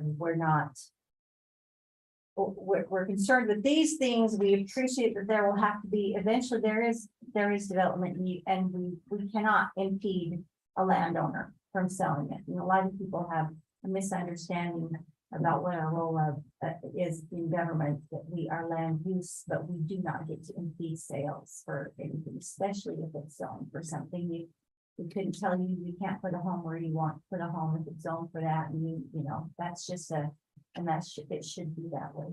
But I do appreciate that they're willing to say we're okay to table this until there's a better arrangement adjusted or created here, and I think that's where I'm leaning. I'm concerned, just as the citizens are, with what will happen with Thurgood Road, because that looks like it's going to happen no matter what. Is that, what's the likelihood of that happening? Because we haven't, even if we impede that road is going to come in through on the other side, on the north side. So how does that affect us if that comes in? Do we just say no to that and bump it to another road, or what do we do there? Yeah, if we were to just leave this stub and they were to put that road from the West Point side onto 193, and we didn't connect this, sure enough, you're going to get another group of citizens that come in and say, how stupid is that? The road's sitting right there and you wouldn't build the connection. So we'll send them. That said, no, that said, it doesn't mean we have to That's do it. why. I'm just saying that we've lived in this situation where, you're criticized either way. But the point is that it was stubbed. It was on our master plan. I am always concerned that we have multiple accesses to any neighborhood, because it's an emergency access issue and it's also a safety issue. But that doesn't mean it has to be that one. It just means that there's, as I count, 1, 2, 3, 4 stubs in that subdivision, and of those 4 stubs, there's also only 2 access points that are fairly close together. So at least 1 or 2 of those stubs hopefully will connect to some other neighborhood, but it could be a neighborhood, and that's just helps flow. If that remains commercial, you're gonna have some access off of 193 to make that Yes. viable commercial. I don't know if that's stubbing all the way through to Thurgood Lane, or if it's more of a frontage type access. But Normally I'm the one that is super in support of pushing through roads like big time. I think they're safety things, stubbed roads, and if you can push them through, push them through. But this one's just gonna create a super speedway bypass, just to where it attaches. You can off of one, it's just too familiar. Okay. So at this point, we're not up for a decision tonight. We're 30 minutes into a scheduled 10-minute discussion, but I will say that I think this was well-used time. It was absolutely, I'm not criticizing that, except for I think it's time to move on. So we weren't going to take a vote tonight anyway, so this will be on a future agenda. So let's move on to item B2, proposed text amendment for Syracuse City Code Chapter 5 and 10 relating to business licensing. All right, we've actually got our business licensing professional, Heather Nelson's here. She can help guide us through some of these changes. She's worked on it with our city attorney as well. Great. Just pull it up here. Yeah. It's like a chair. Yeah, just pull up a chair. Welcome. So what you have in front of you are some changes we made that brought some of the code up to date to comply with the state standards. And that's reflected in like our food truck regulations, and then our general provisions and definitions. Another thing we changed in the 10.35 was just we restructured business licensing in general, basically taking out the requirement that all businesses in the city have to have a business license. So the state took out the requirement requiring a minor home occupation to be licensed. Syracuse City still requires that.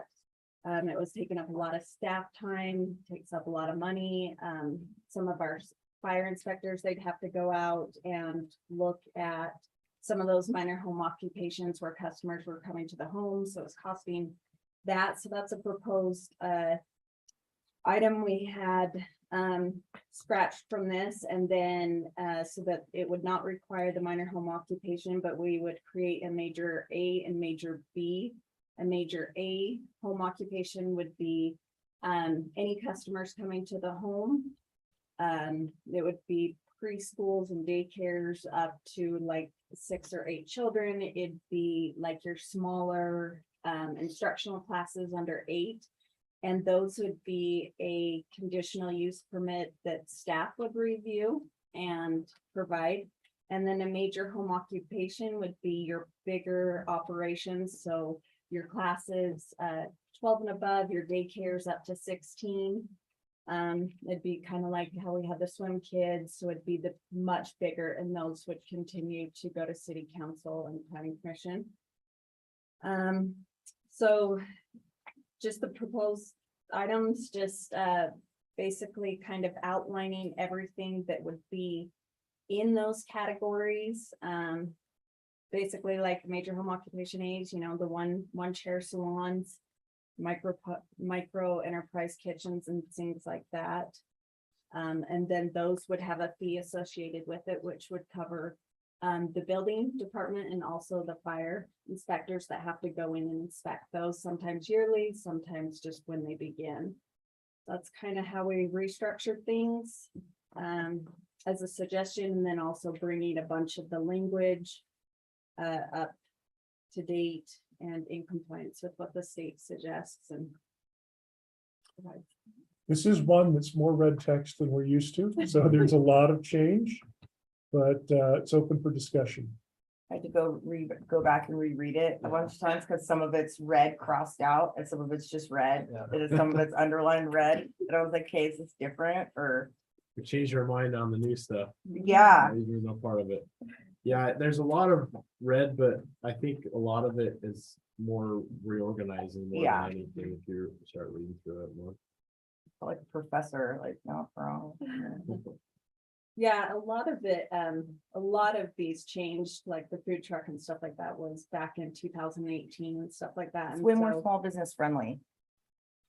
It seems more small business friendly, like more supportive of, okay, now you don't have to do all these extra things to be able to sew somebody a dress in your kitchen, you know, like. Yeah, yeah, and especially, you know, where the state doesn't require you to have a minor home occupation. So if you did want one from the city, then there would just be the, I think we were thinking like a $25 like application fee to just cover it being processed. And that's Yeah. if you want one for maybe like wholesale or something like that, or an insurance company that needs it. Mhm. But if you're a guy at home in your basement with your computer, the state doesn't require you to have a license. Why should the city? So it was kind of taking out that extra step, which is always good. That's good. Well, I don't want to comment on that because I'm a little confused as one of those guys who has a home business that doesn't necessarily need a license anymore. But at the same time, for taxes, if I don't have a license, the IRS likes to call me a hobbyist, but you can't make. We still have an EIN for it. Well, that's the thing. If you make a certain amount of money, which is where you suddenly need a business license. You have to have that business license for tax purposes. I don't think So- you have to show your business license to file taxes. No, just your, You EIN. just- You do to get your EIN now. No, when you do like your state When I got my review, EIN, at least, they never asked me for I my can't city business remember if I license. needed- that I had to have a business license for that. It's a nonprofit. You can always request the business license. But you. Well, I mean, it's just my Yeah. point is that If they have. to be We're all taxed- wondering why he had to show it. Like, wait a Yeah, minute, what? I Are you know. being scammed? why did I? I don't know. And maybe As I'm the overly attorney. cautious too, because you know, you don't want to be a public official that screwed something up. You're supposed to know. 9 new felonies. I don't know. You know, I do taxes on the side, and so I have one through Clearfield City just to cover my bases, but technically I wouldn't need Cover my one. bases. But I pay for one just in case I get audited. But see, now, small good, yeah. business, you don't have to pay for it. It's a Low impact. yeah, low impact business. You don't have to have a fee. So that changed, which I Well- know drastically reduced our paperwork side. Well, and if a lot of them, I can't remember either. But a lot of them are gonna be sole proprietors anyway, Right. so they're not gonna need an EIN, they're filing under their social security number. Unless you do business with somebody else, and then you need it for But they can still get that. resale license. Which you, all right. Anyway, my point is I think that we just have to keep up with the state. So, Yeah. I think Agree. every time we get in alignment, that makes it easier. yeah. Not only for just us, but everybody with a business in the city. So does anybody have any objections to what's been, I know it's. a lot. Jordan, where's Jordan? What does he think? Just remember him. I think it looks good. I think she did a good job reorganizing everything, and I'm good with this. Okay, so I'm gonna just recommend we move this to a vote for our next meeting and let's move on. You guys did a good job with this. Okay, thank you. Consent? Yeah. Next item is discussion regarding proposed text amendment regarding fences and fence heights in your front yard. Okay, We received a public comment about that today and so currently you can only have up to a 3-foot fence in your front yard. What has been brought to our attention is that other cities allow up to 4 feet. But most of the other cities, if they do go up to 4 feet, it has to be a transparent fence. So like a wrought iron or semi-transparent, which seems reasonable. And the purpose of limiting the fence height in the front yard is you got kids on sidewalks, people backing out and stuff. You don't want a blank corner of the privacy fence right at the corner of your driveway and your. But do we have a setback requirement for front yard fencing? You, so for privacy fence, it can't be in the front yard, and that depends on the setback of the zone. Okay. So, but usually the house is built right to the front setback, so the privacy fence can start on your front corners of your house. Okay. And so in that front yard is what we're calling, what that usually is. You can go up to a 3-foot. And so they're requesting a text amendment that we have a couple options. We can either say, yeah, you can go up to 4-foot. We don't care what kind, which would be easier. Or you could say 3-foot privacy, 4-foot, you can go up to 4-foot if it's semi-transparent. So it's kind of 2 options. Or can we do something where on the corners, you have to have like be able to see around the corner, something like that? We already have something like that. It's it's It's called sidelines. and that's a AASHTO standard for traffic safety. Yeah. And so you have 40 foot. So that kind of, yeah, that kind of. Yeah, that's already. Problem, don't it? So, No, because a lot of times those are backyards. It does, like the corner Clearview triangle, it doesn't care if it's back, side, front, whatever. It's just like, if you're on a corner, you can't block that view. And so if that's good enough for you guys, we don't have to change anything either, but. so the Just got citizen that going. reached out to me, she made a request because she had 2 issues she's trying to deal with. One, she's trying to control a neighboring dog, and so she wants to build a fence in her front yard. But I what don't she- blame her. Yeah, what she's finding is that there's much more availability in 4-foot fencing. She's not wrong. Like, that cause is she's 4 probably feet. looking at like It's Home the Depot standard. and kind of doing it Does yourself. I got an email also about, and I looked at it, and she's not wrong. No, the It's all- yeah. additional types are mostly because it's semi-transparent. it's not privacy. Yeah, Yeah. that's where, So I think. Semi-transparent will if- still keep if that the dog out corner- though. If Yep. what we already have on the books where you can't impede the view, you know, the Yeah, traffic what's the view. problem? If that trumps this, then I have no problem with the 4 foot Me neither. being not transparent. I got a think 6 foot as fence in long my as it's backyard, a not dog's an about to jump issue with over. Line of sight. Well, the reason I would probably say transparent, because what, if you've got like, if you're backing out of a driveway and you've got a solid Kids watch swim fence and you can't see a Yeah. kid. Yeah, you I can't would see a say kid trans- on a trike or a motor or. I would say transparent in the front, like. even No. if it has space, No, it's only for these. No, because you, Driving, not on the sidewalk. Line Yeah. of sight doesn't consider sidewalk. line of sight only considers cars, not, Well, then, yeah, Yeah, I think there's no transparent problem makes to sense. go up, because we do have some surrounding communities, West Point, Clearfield, Clinton, 4 feet. I will- One that doesn't have a transparency. I will say this, that, Clinton's wild. I did talk to somebody from Clearfield about this because they have had issues. And the issue is that when you get kids, small kids, walking down sidewalks, it's more than, I mean, like Noah said, when you're backing out, you're less likely to see a kid on a trike or a big wheel that's coming down. And I would really hate for us to change this and Have a That's child. see good a point. child run over in the front yard. Totally right. It's a wonderfully identified unintended consequence. Yeah, So if we can have it be up to 4 feet with that being transparent. semi-transparent at least. I don't know, I think. People don't like chain link in their front yard, I get that. Jordan's got a comment. Jordan, Chime in, please. Thanks. So my opinion here is, can you guys hear me again? Sorry. Yeah. I keep moving around. We're trying to get a rental car. Anyway, good luck. I'm more of the opinion, yeah, thanks, that we've got to figure out a way not to have our city look like downtown Chicago, where we all have fences around all of our front yard. I don't love the idea of having taller fences in front yards, chain links around the whole yard. I think it does pose a safety risk.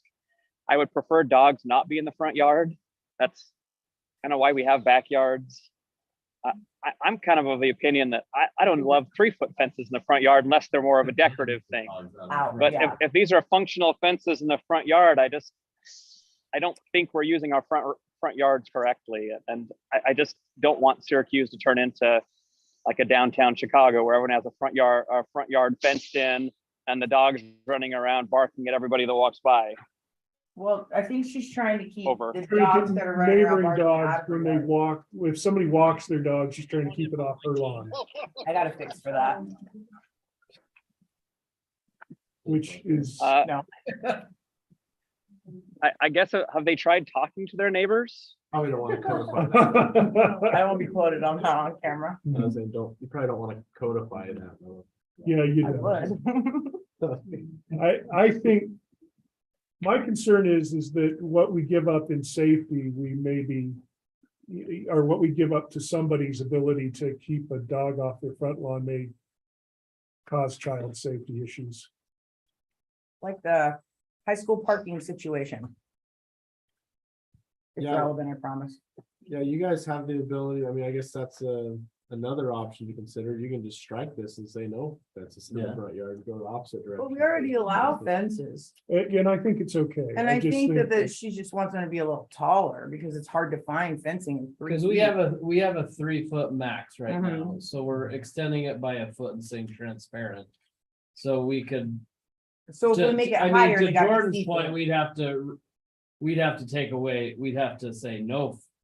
No, we'd have to say no front yard fences, because we already allow a 3-foot. Or can't we say 3 foot, or if you So go to either 4 way, foot, it 4 could foot be has to be like transparent. Chicago. We're just talking about a 1 foot. Yeah, difference. we're talking about a 1 foot difference. Yeah. So, we can so be strict. I think we would have already, seen that occur if it was gonna Yeah. happen. I don't think everybody wants. to Actually put it- have.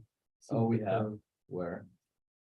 The kids getting hit. Oh, no, I mean like everybody putting Oh, fences in there. yeah. Yeah, No, most people don't want to. No, Because I they're don't more want a friendly. front yard fence. I'm okay I with would just that. rather shout, So "Get off my up to lawn." 4 feet if it's transparent And so up to 4 feet. Yeah, if we add on to it from what it is now, anything higher to up to 4 feet has to be transparent. That way, you know. Okay, so I will move forward with the proposed discussion for vote.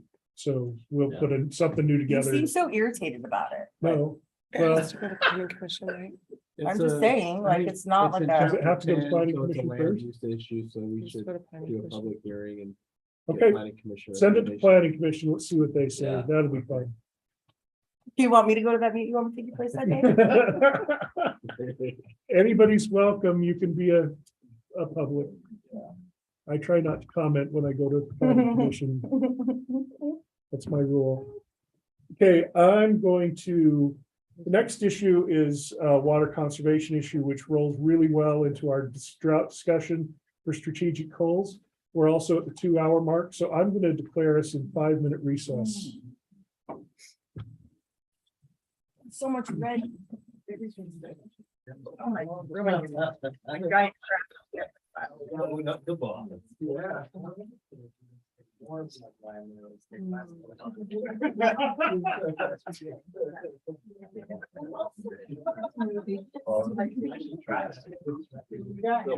I know. Great job.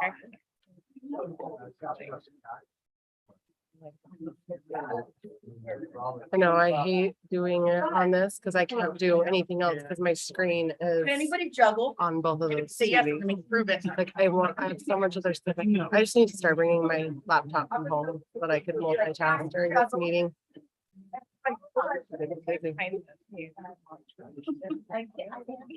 Yeah. Right? I feel that Yeah. my soul. I know. Hmm. No pressure.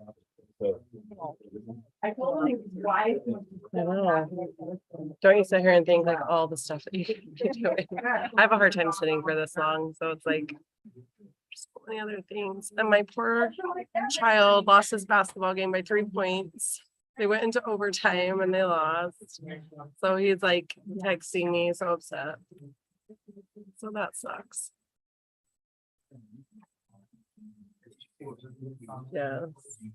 I know. This is the first time. They've always played on Mondays. One of them has always played on Mondays and the other one on Wednesdays. And this year they moved the 6th graders to Tuesdays, so.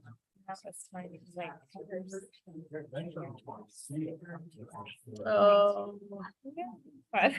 Sucks, because you're always on Tuesdays. At least now I only do the business meetings and Maurice has been doing work sessions, so I'm really only once a month. So this is, and last time we met, we were done by 7 o'clock and his game was at 8 that night, so I made it. So this is like the only game I've missed, but. I don't know. I think I would train Marisa to do all of it. I really am trying to like set her up for stepping into my position eventually. So I want her to know like as much as she can so that should just be the one they pick. I'm not very good at like training people on stuff. And so I've really tried to like, I need to train her on these things. So She is very interested in learning. I know. I was like, oh, no.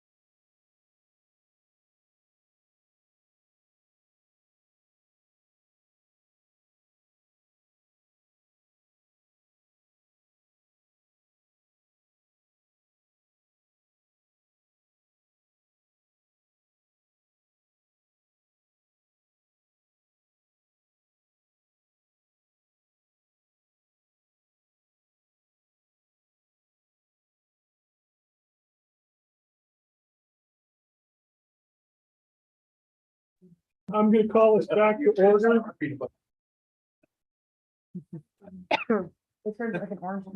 We are at item C, discussion regarding Governor Cox's proclamation closing the Great Salt Lake Basin to new water right appropriations. When we read about this, I thought it was really important that we discuss what this is and what it is not, because I think there's going to be a lot of people in the public try to make an assumption of what this is supposed to mean. So I'm going to turn the time over to Brody. And I think, Bree, were you prepared to weigh in on this? No?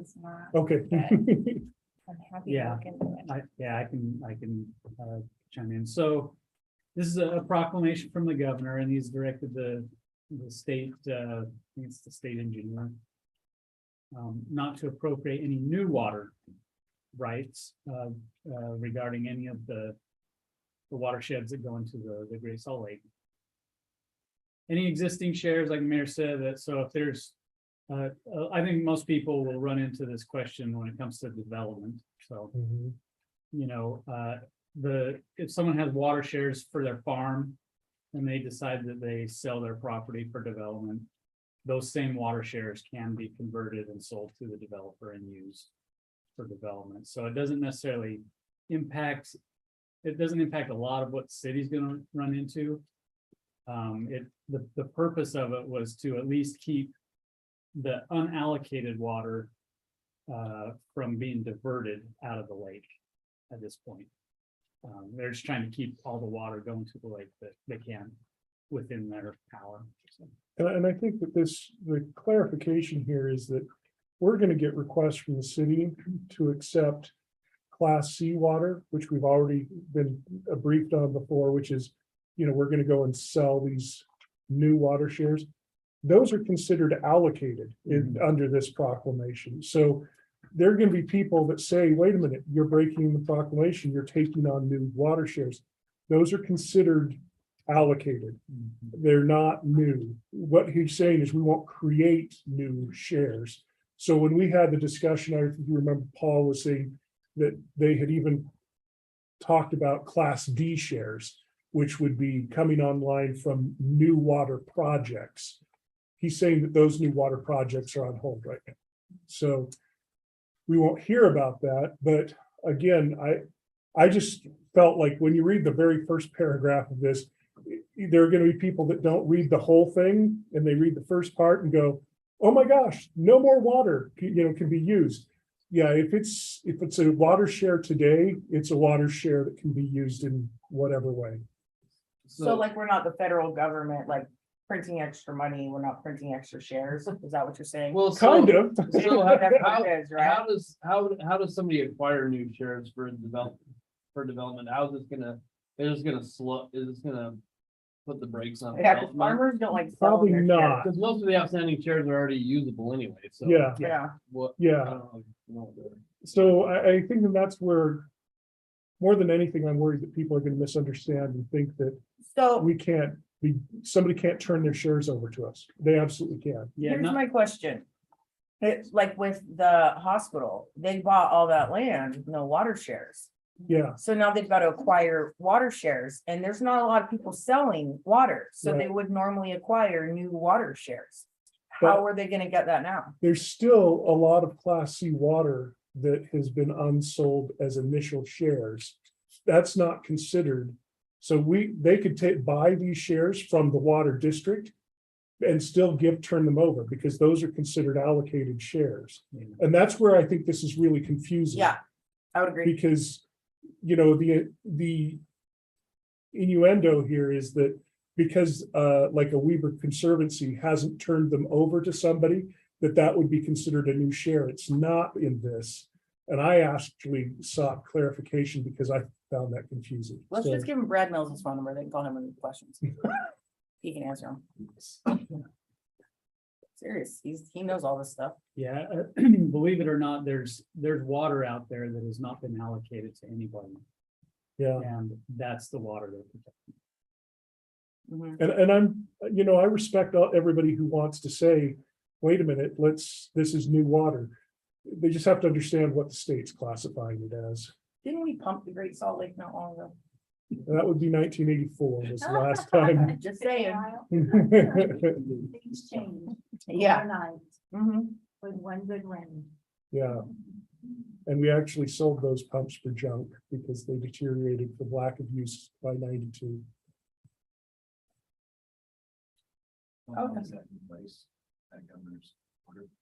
I don't know that it expired. Yeah, I don't know that it had a. I think it's indefinite. Yeah. So I think we're gonna try to just, it's like for now, until we figure some. Until somebody signs something that says we reverse it. Because it's all man-made. That would be. Yeah. Yeah.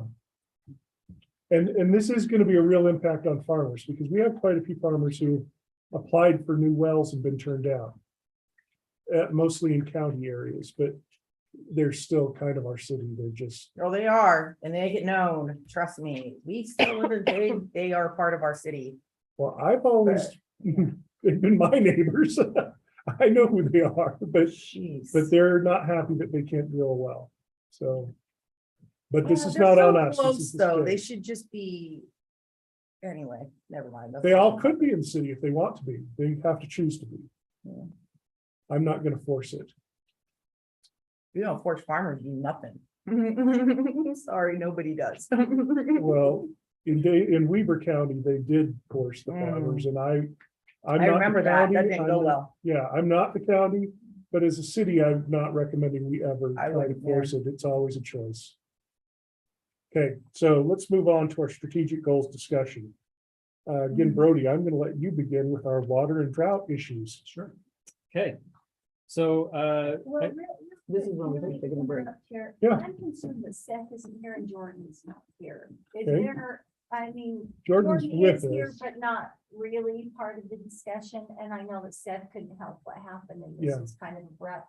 And I know that our time is limited, but when it's a strategic thing, I would much rather have more than just the three of us as a part of this discussion. Is there a way that, is there anything we can discuss that isn't pertinent to planning? Jordan feel he can participate? Because if we've got four of us. I know Seth couldn't control his, but. I'm in a car now, so I can participate a little bit. So I'm I sort would of say there. that I would not object if you want to postpone. However, I would say that this is really just, this is like the framework that we're going to start a budget. This is not making any decisions. This is like telling staff, these are the guidelines we'd like you to think about building the new budget around. This is our goals list, though. That's not that one. Well, it's kind of how you feel about the Yeah. things that are controversial, because well, actually, when we were starting to talk about what should be on this discussion, we felt like a lot of things were already made really clear by five of you already. I mean, yeah, it's more about priorities, yeah, this is really what you want to get accomplished. Okay, so will we be discussing again when? absolutely. This in the next month, is that what our next one is, part two, or? Part two is going to be more about parks priorities and road priorities. But this is all going to be discussed before we do a budget. This will all be part of the discussion. This is basically telling them where to emphasize their energy. Okay. It's not a final decision by any means. Is that? Because otherwise we're gonna compound.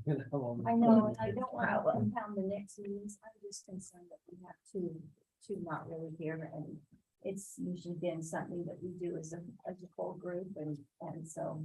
You know, I know that- I agree. And the plan was, I had no idea until today that we were going to be this short. But I respect the reason why, so. All the managers sitting here like, we better. I'm No, I kidding, I'm think kidding. they just as soon go home. Yeah. Yeah, we can I mean, handle it it doesn't either hurt way. to go through it. Jordan, do you feel in any way inhibited at this moment? Probably not. No, I will be going in and out occasionally. So I mean, That sounds inhibited, brother. that's my only concern. But I should be able to be adjacently there. So Okay. I'll let you know if I have to go offline for a second. But I would like to continue. All right, so let's say this, if we feel like there's anything that is, we're divided, we'll readdress it before we go further, all right? But if we concur, then there's at least a majority right here. Okay, go ahead. Okay, so starting with our water and drought issues. The survey results were pretty clear that there's a 2/3 majority essentially that reducing demand for secondary water is the first way, the first way to actually address our water situation. So we can spend some time talking about kind of what you would like to see the city do to actually reduce demand for water. Some of the types of ways we can do that include reduction of public property in as far as like turf reduction. We can assist in the reduction on private land, like we've done with the strip, where we, at least assist in tearing out the grass. And then there's regulatory powers we have with like landscape ordinances to reduce the ability for new turf to go in. So there's things like that that the city does have some control in, that we can make an impact in reduction for the demand for water. Not only is that, help with the greater regional situation of drought, but it can also shore up the available water that we do get from Weaver Basin through for secondary water. So the second one that that came in second with the votes was evenly divided. So it's kind of a third, kind of agreed that that regulating the use of water would be the second best way for the city to make an impact. And that's done through our enforcement primarily.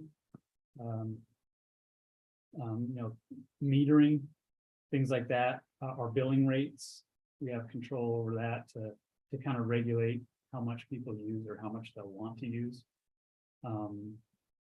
We don't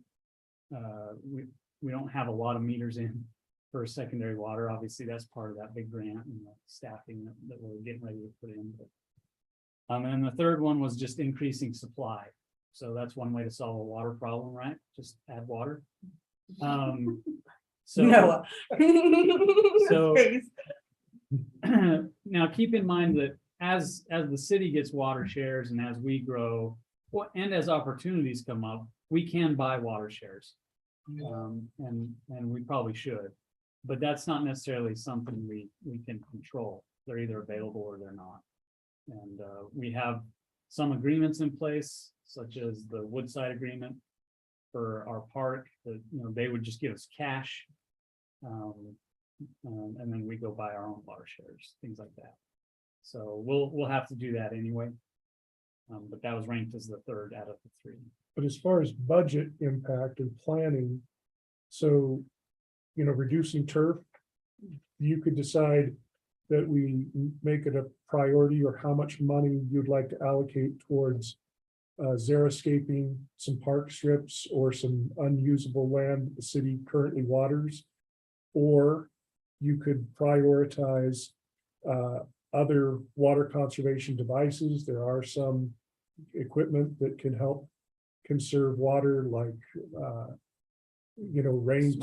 smart clocks and stuff like that. We could maybe ramp up how much money we put towards automating some of that. So those are the type of things that we're looking for input on. Are those, which of those are more important to you? Because there's a limited pool of money. Which ones are more important, do you think? Well, having attended the conventions and summits and stuff, it seems pretty clear that outdoor use far exceeds indoor. So as we've talked about, I know Jordan is a fan of little regulators that take it down to a drip and stuff like that. That's culinary though.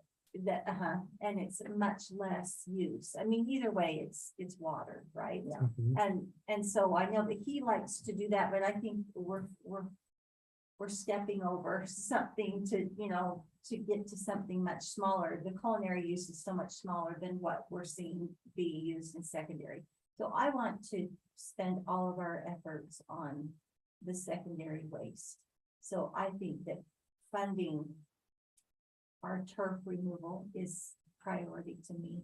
And not to extensive use, but we do need to look at that because we noticed last year all around here, nobody uses this except for when it's great. Yeah. I mean, that was, if people aren't, we just don't use those park strips. I'd also like to look at some of our development agreements as I have gone into the west area of Syracuse.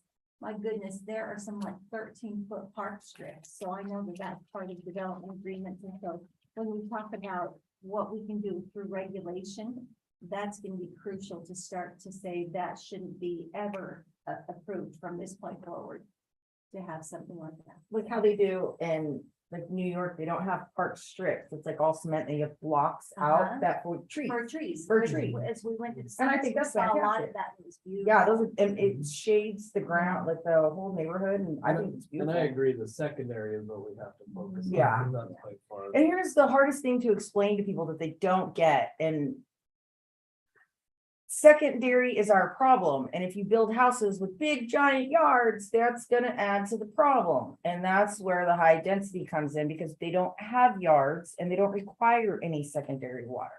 And explaining that to people, it's like you're about to get your head chopped off in the medieval times. They don't, it's just like, well, and then it comes back to the argument, well, water's water, you're putting more people, and It's actually better to have a house than an empty lot. For where the water goes. I would just rather live in a cow pasture with a house in it, so they Okay, can so- feed it and water it themselves. I don't have to do nothing, but no. Yeah, neighbors. on the culinary issue too, so, theoretically, the water comes into our house, we use it for culinary. One way or another, that water leaves. Yeah. In the sewer. And they And said gets reclaimed. 90% is reclaimed. Yeah. Yeah. It's the Especially in Davis secondary County. that is just gone. Once it's absorbed, it's It's gone. gone, Yeah. yeah. So I think that, in my opinion, removal of turf in, especially in areas that are very unimpacted. I would You mean love like to. city owned? Yes. Yeah. Yeah. All these sidewalk, I'm actually ripping mine out to plant pumpkin thing. Oh, that's. I can do something like that. But that's labor intense. We have to have budget Yeah. funds to do. Well, and that's the Yeah. question is, do we want to put labor towards with strip assistance with, helping remove? We did when before, but now we're gonna have crews putting in water meters, and I'm not sure if we can still afford that. If we're going to, we have to realize it's gonna be money that in Have we labor. pulled out all of our own yet? Cities grass strips, can we do that? And that's what we're Yeah. talking about with this Yeah. first. See, I would think we would Prioritize that focus first. on City property. city Yeah. properties and Before. those that are willing to conserve and put their. I agree, but that's what Yeah. I'm looking for consensus. Yeah. Yeah, I would say that would already. We already changed our code to help with the, Yes. Yeah, the So that the conservancy would pay for the. reimburse people. Yeah. So we've already, Some money back. taken that. I mean, I'm seeing just in my neighborhood alone, Mhm. people doing xeriscaping and stuff just because their lawns are Look so bad. dying because they can't. And that's, some people say, well, the park strip doesn't even belong to me. Well, most of our houses don't belong to us, they belong to the bank. So. Say that, then really your car is not yours, Well, I'm not- all those things. So, but it is yours, you're reflecting on you, and it is your responsibility. So anybody that says the city should be taking care of that, I would say, clearly that's not the case. I will throw in just this one little fun audit item. As we were auditing all of the details of the sewer district, I got the privilege of finding out that we had written a citation to the sewer district for overwatering. Oh, yes. Let me just explain why that happens. Until the pipeline is operational, the one we're building, the state's actually prefers that we water the grass more because it goes into the water table than let it evaporate on a salt flat where the clay won't let it absorb. Who wrote the ticket? Well, our new ticket person. I'm buying her lunch. And it was based on it wasn't a ticket, it was a warning based on somebody that complained that they jog by and see the sprinklers on too much. And that will They have continue. the greenest lawn around. They always will, because they have phosphorus and nitrous based water that Their can't be water is drunk. always on. I should have been the complaining jogger. Well, I'm just telling you that the recommendation has been, rather than let it evaporate on the mud flat, the state's recommending we put it on the grass. So we put as much as we possibly can on there. So they will have the greenest lawn. Convenient. And the lawn right around the main building will be green forever, because it's actually. It makes my carpet. heart It's undeniably carpet. happy that they got a It's ticket. carpet. It makes my heart happy. It makes my whole heart happy that they got a ticket. That was just a warning. It was a warning. Still, baby steps. So as far as like, public property turf conversion, the next, if that becomes a focus, that can be part of a annual program where you budget a certain amount of money each year, and we see how far we can go with that money, something like that. Yeah, I do. And then just chip away at it, Little by depending on little. how much you want to put together. We got a whole lot of parking strips, city-owned parking strips. Yes, in the we city, too. There's Lot of even them. less, I'd call it marginal property within our parks that, aren't really used, by And we foot know traffic. there's Value to, there is value to green space and there's value to grass itself. We like And I think oxygen. We just need to, yeah, we do. Yeah, especially trees. But I think that there just needs to be a listen to it and a recognition that we're just being in a different space. So my priority would be that we do our own city property. Yeah, I agree. I think the citizens, to me, that just as Paul was saying, they're already receiving some rebates through the basin. Our priority would be that we use our crew. I don't think we should ever hire someone to do that. To me, that was like hey, this is a catalyst for some change in the city. We're changing ordinances. We're gonna help some of you out if we have, and it was always with the understanding that if we have extra manpower, then they can do this for you, but it's not you're not entitled to this. So metering is gonna take our employees. I would say that, yes, I would say that when it comes to our crew, now that we have other jobs for them because of the metering, that we just simply say that we're not going to put them, we would put them to the effort to get meters in place instead of to strips going forward. That would be my suggestion, but. And then regulatory wise, why wouldn't we start looking at not allowing grass and park strips? Yeah. I Didn't think- we do that? I thought we did that. No, we decided not to be punitive about it. Yeah. And that Oh, was yeah. last year or 2 years ago. But at the time, it wasn't, we weren't this devastated route. And Yeah. we had kind of in our mind, well, and even looking at the ones, I'm looking at you because I know that you help with the landscaping design and stuff on some of those developments. And I know that when those are put in, this wasn't an issue, but clearly now it is. And I think going forward, even if the drought, it lifts, we still have a greater need for water and we need to be better stewards over it. So as I've gone to these summits, I've just heard them say, there's just so many better ways around it. We need to adjust for it. I think that we need to consider ordinances that deal with our businesses, because I think there's a lot that had put in sprinklers and drip systems in the past, because that was considered the least effort for keeping and maintaining things. But we've seen that they've eroded to the point they're unsightly.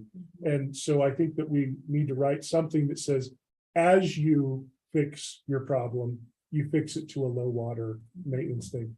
But I do want to recognize Jordan's hand is up, so let's give him a second. Thank you.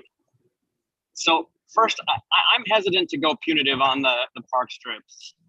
I think as soon as you start making it, again, we always complain about unfunded mandates. And I'm hesitant to start passing it on to our citizens. But I do think we should continue working on things like the Flip the Script program. I think we've done about as much as I'm comfortable with for now, as far as codification of yards. We've already prohibited all new park strips. It's technically illegal to build one in the city anymore. We've already started putting in the meters, and those meters will start once once we get those installed, we can actually start checking that, and we'll probably end up needing to start charging based on use. And I think once use is tied to dollars, which it's not right now, I think you'll start seeing some changes in habits. But I do want to say, and along those same lines, I do think we should have an annual budget for removal of unused city turf. I think we need to lead by example. I'm hesitant to say we'll do it if we have nothing else to do, because that means we'll do nothing. So I think we need to put a priority on funding to actually move forward on specific projects. And like Brody said, let's set some money aside and let's get as far as we can with that money. We can pick that amount and we can chip away at it. But I think we are overlooking that. I know that culinary water is not as heavily utilized to make smart decisions to reduce utilization. I've been watching what Washington County has been doing, and I think some of the things they've been doing makes a lot of sense. One of which is on any new construction, they require a hot water recirculation system. What that means is you have to run one extra pipe when you're building a house, and there's different ways to do this, of course.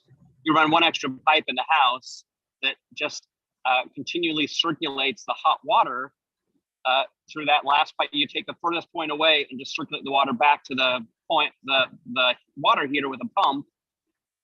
And it takes a little bit of extra power. What that does is it stops you from turning on your shower and then going to the bathroom or doing whatever else you want to do while you're waiting for your water to heat up. So, and I think that's also a benefit to the homes. I think that would actually raise property value. I mean, I wish I had a hot water recirculator system. I would love to have hot water faster. The other thing we can do is require water sense labeled fixtures on new construction.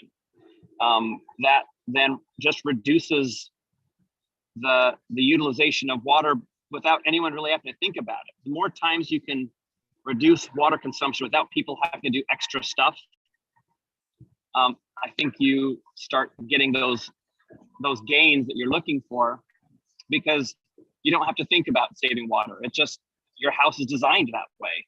What was that second thing you said? Water sense labeled fixtures.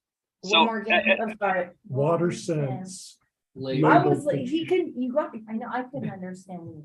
We're just trying to clarify. Water what? So what this really boils down to is you don't need to have 4 gallons per minute to brush your teeth.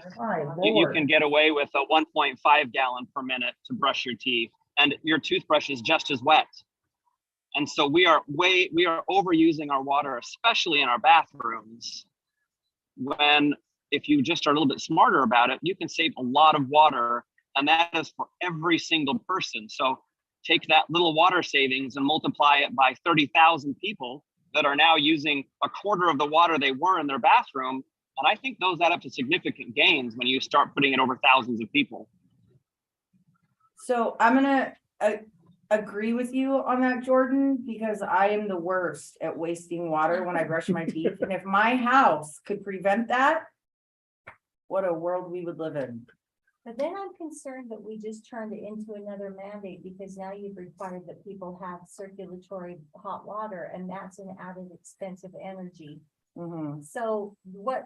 But again, we're adding like water sense fixtures are like, if we're talking about home values, it's going to add probably a total of like $100 to the cost to build the house. I don't think you're going to have a lot of cost up front. Now there is a little bit of energy for the monthly cost for which part? For the hot water circulator or the water sense? Well, for that pump, again, this is pushing, like, it doesn't have to be pushing water at a high rate. It just has to be enough to keep it warm so that you're comfortable. It's minimal. And this is now the law in Washington County. In what county? Washington County, St. George area. Washington. It's like comparing Calabasas to Inglewood, you know, like it just, you don't, some houses can have things in certain towns, but you're not going to get that in other towns. But I understand, because I would like my house. We to all shut live in a desert. So, go ahead. Sorry. So I was just gonna clarify, because when I said regulatory as far as park strips, I wasn't saying we mandate existing park strips. Right. Park strips we change. I was saying moving forward. Future. And Jordan was saying construction. we already have that in We did that. place. I don't remember Yeah, that. we did that already? Talked about that?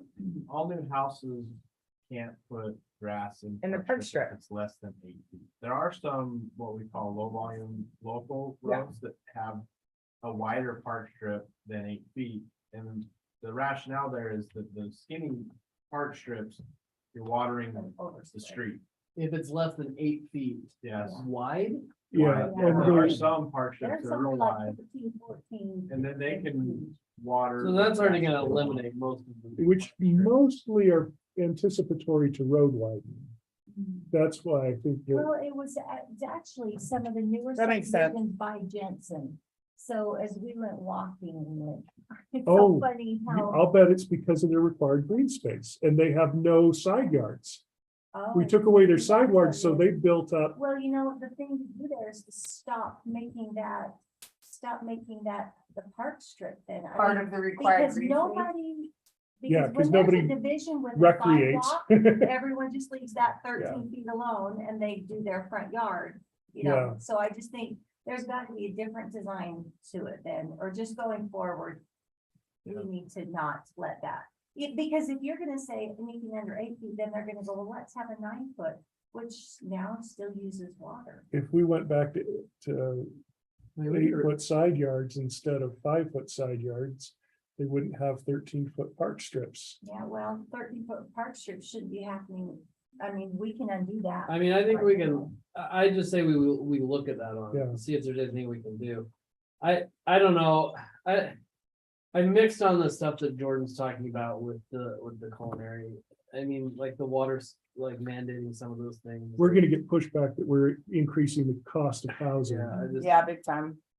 I mean, what, my recollection is that secondary usage was just like, I agree. It's so much bigger. So if we're gonna do anything, I just think that our job is not to regulate the hell out of everybody for everything. And I think that I get tired if government gets heavy-handed. But I think we can do something, we just shouldn't do all of it. Because that's not ours, that's not our responsibility. I have a suggestion. I want to get in here. Water think- is absolutely our responsibility. So, well, not to regulate use in a home, that's not our responsibility. I disagree. Okay, so, Regulate you. I'll come turn your shower off. so, all right, so. Somebody needs to. All right. So I think Horrible. going back to our convert public spaces, which seem to be consensus that we would like to convert public park strips away from water usage. My suggestion would be that in order to get this actually accomplished, that what we try to do is set aside a acreage or square footage goal rather than a money goal, because my concern would be as costs increase, we're going to get to where we say, okay, this year we can now eliminate one little teeny spot of land. And if we really want to knock out all of the spaces in the city, the goal has to be something that we're maybe on a 5-year plan, we actually get 100 acres. all of it done, or at least the majority of it done, instead of what we can afford for $50,000, which the last time we did it turned out to be around less than one building. So my suggestion would be that we set a goal that is more on accomplishment rather than cost. And then we're gonna have to figure out the cost. Because it may be that we have to spend a little bit more to get an area done, but I'd rather be demonstrating that we're, yeah, well, we need to show that we're making a difference, not saying we did what we could do, but we couldn't afford much, so. Yeah, So make it kind of acreage based. an acreage based is what my suggestion is, yeah. How much acreage can your guys knock out, Mr. Robert? A lot more than we can afford. Well, and Yeah, those guys don't mess around. Yeah, yeah, that's Yeah, that should probably be explored a little bit. So. Yeah. On our Flip the Strip program, which we made labor available to do demolition essentially. That was it. You know, if we're talking about converting acreage of turf into landscaping, that is a lot more labor intensive than just tearing something out. So I think you're gonna need some money to contract installation. I don't know. I mean, we might be able to schedule a Depends on how much we project. can afford. What if we like ripped it out, planted a tree and then cemented all the rest of it? Well, cement and the time to create the cement costs money. Because we're gonna have material costs, which we didn't have just. Right. You know, like you guys did that. And like. Even if it's rock or, Rock yeah. or whatever, it's gonna be cheaper. How much was City Hall? 80? Yeah. Okay. Started Yeah. And that's my point is we thought that we were gonna get a lot done for 50K and we realized we couldn't get even one building done for 50K. Yeah, it was 20,000 square. But it was more than City Hall. Yeah, but so I'm thinking is we set a goal to do so much square footage and then if it costs us 100 instead of 80, we pony up and get at least that much accomplished. Like how it's all like the nice rock and then the big giant stone and the boulder in the like along the thing. We should do those. Those are cool. Well, we should look at ways to cut down the cost and sometimes The giant boulders. the I giant know. boulders, They're a fortune. well, they cost a lot unless you're getting rid of one for somebody and then it only costs you to haul it away. And all these houses that were being ripped out along here had tons of boulders they were trying to get rid of.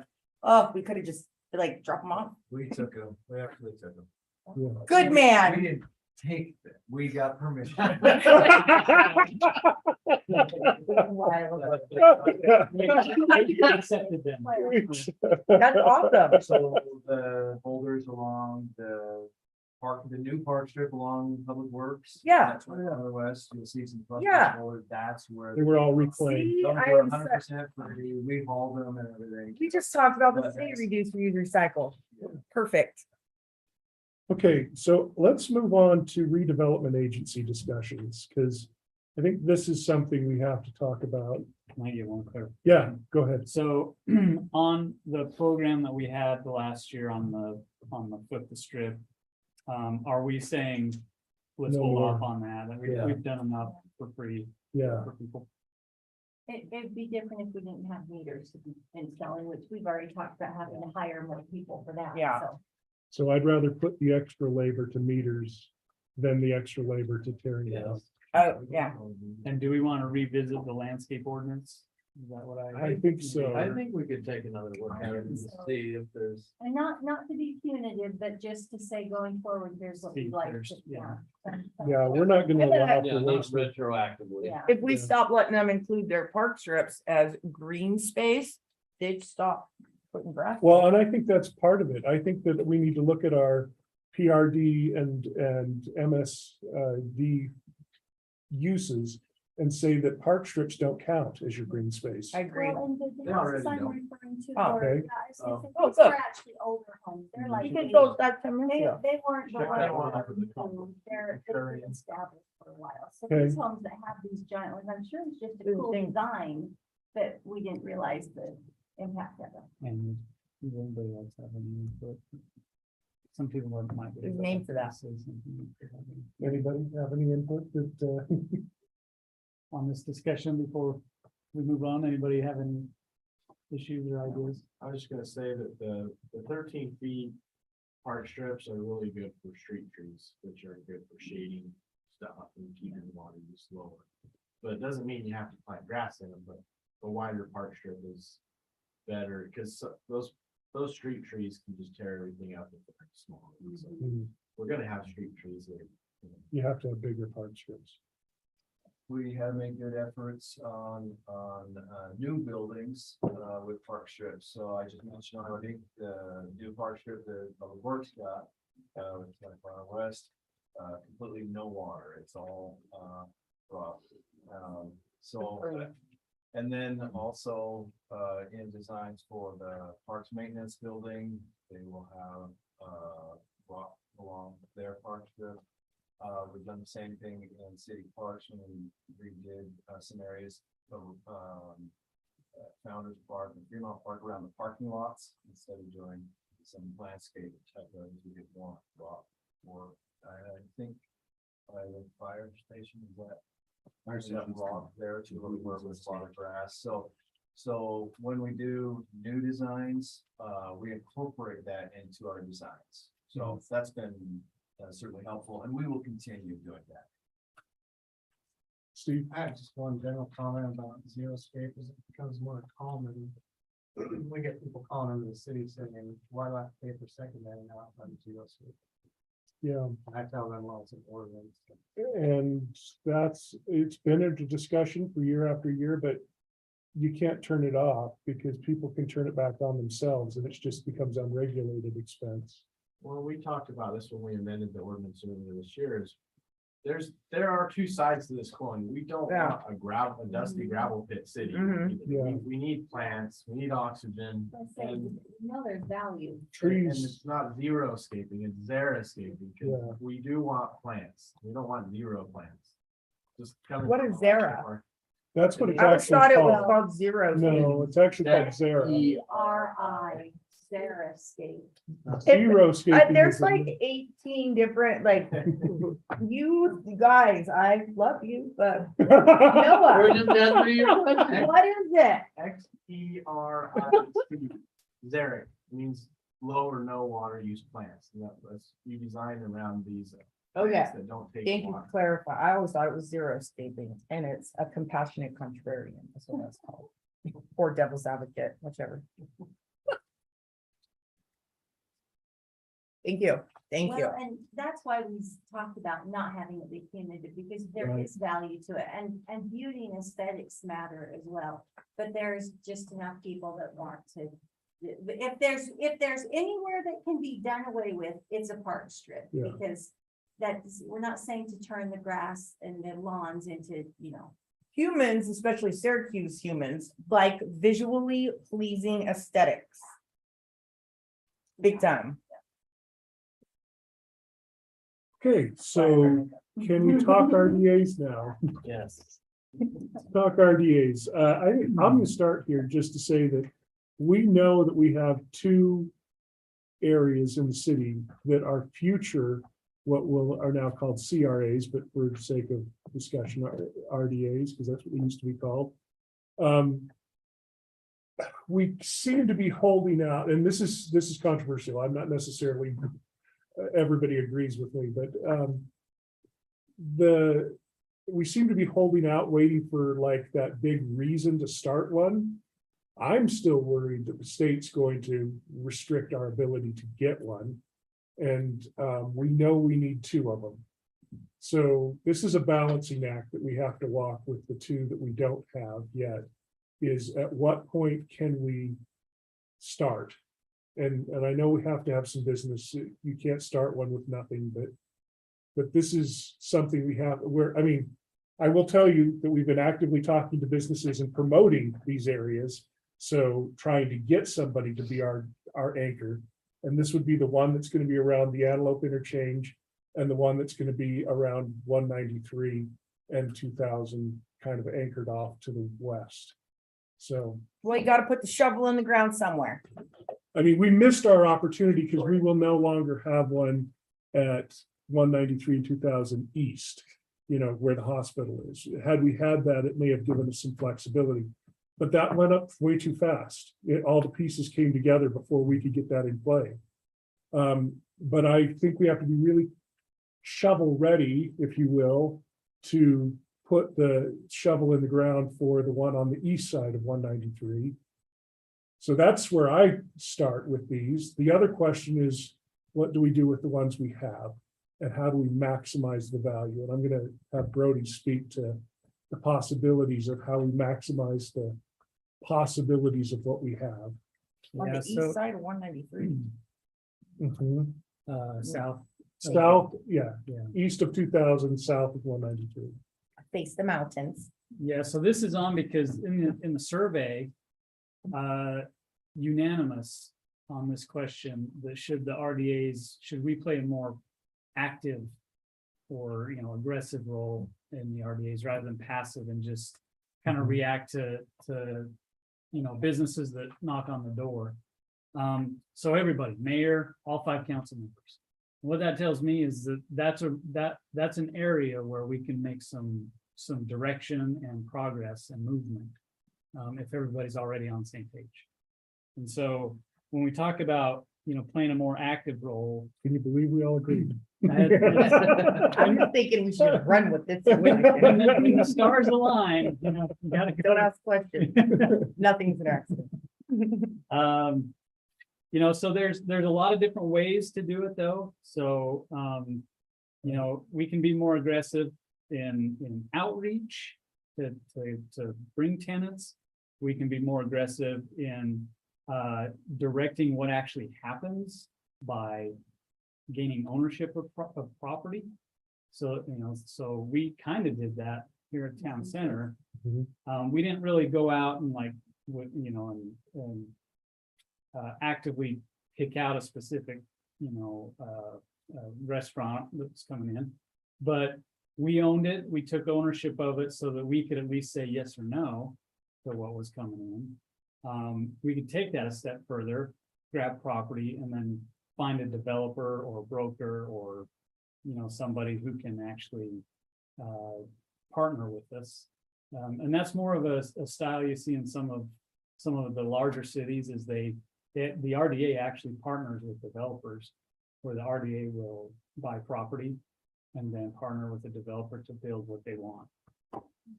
And I actually saw a session that Seth and I both went to, a session that talked about what Mill Creek did when they partnered with, they actually built a community element to the development and partnered with the developer to do the housing and commercial parts. But they used their money that was going to be collected, which helped in turn sell to the tenants, both a citizen or, both resident and commercial occupant, because it was going to be a community type thing. And there's a whole study on this. It's in Mill Creek, and we only looked at pictures, but we could do something like that. We could maybe say we want some kind of community element as a part of one of our developments, and maybe purchase the land and commit to use the funds that we gather as a part of the tax collection part to reinsert into the community element. And I don't know what that looks like yet. I just know that for them, they got some facilities that they wouldn't have had otherwise, which was some community gathering spaces and recreation. I think they had a skating area and some jogging area. I mean, it was interesting. Yeah, and I'll ask Noah to chip in with his ideas too, but this comes at a time when the legislature really watered down what you can do with an RDA. So as far as incentives, we can incent like a small business like we did tonight with Don's Meats. But anything larger than 20,000, I think, square feet in retail, or if they're like a chain, we can't provide any incentives anymore. Pretty much like the big box, the days of two communities fighting over who gets the Costco Are done. They're But outlawed. there is a loophole. They say you can still do that as long as you include like a mixed use development. So the state's trying to say, well, if you can help us with some affordable housing, we'll let you do it. But there's a lot of ifs of whether or not the developer would even want to do a mixed use development. And that's a big if, because we met with a couple. We've recently reached out and met with a couple of big box developers, and they've said, we're not into that. We're into the commercial side of it. We just don't like to take on the other part. So I don't know if there's any other models. Well, if we look to our economic development plan, there's a lot of ideas that have been kicked around, but you can basically categorize them into few different things. There's like the post-performance payback, which is the common incentive that we use. So they build something and then they start paying property tax. And we give our portion of property tax back to them. Or we can make like physical improvements to individual property owners. And there's kind of like the branding piece where RDAs can look at an area and try to make it, clean it up and make it more attractive with, you know, street trees or community spaces or, yeah, signage. That would be like existing commercial areas that are. gonna Improve run parking. Down or something. We really. We don't really have that. One thing. But we you have could to do it from the ground up, by saying, instead of taking a rundown area that's already commercial, you could say, okay, we're gonna even take down a blighted area that maybe has some boarded up houses, or maybe you could take a vacant land spot that maybe isn't really near anything and say, well, I'm gonna control the use of it by design, maybe contributing to the design and then selling off the buildable elements. Yeah, one thing that is a limiting factor with all of those scenarios is that it's private property, so you can't just like force them to do anything.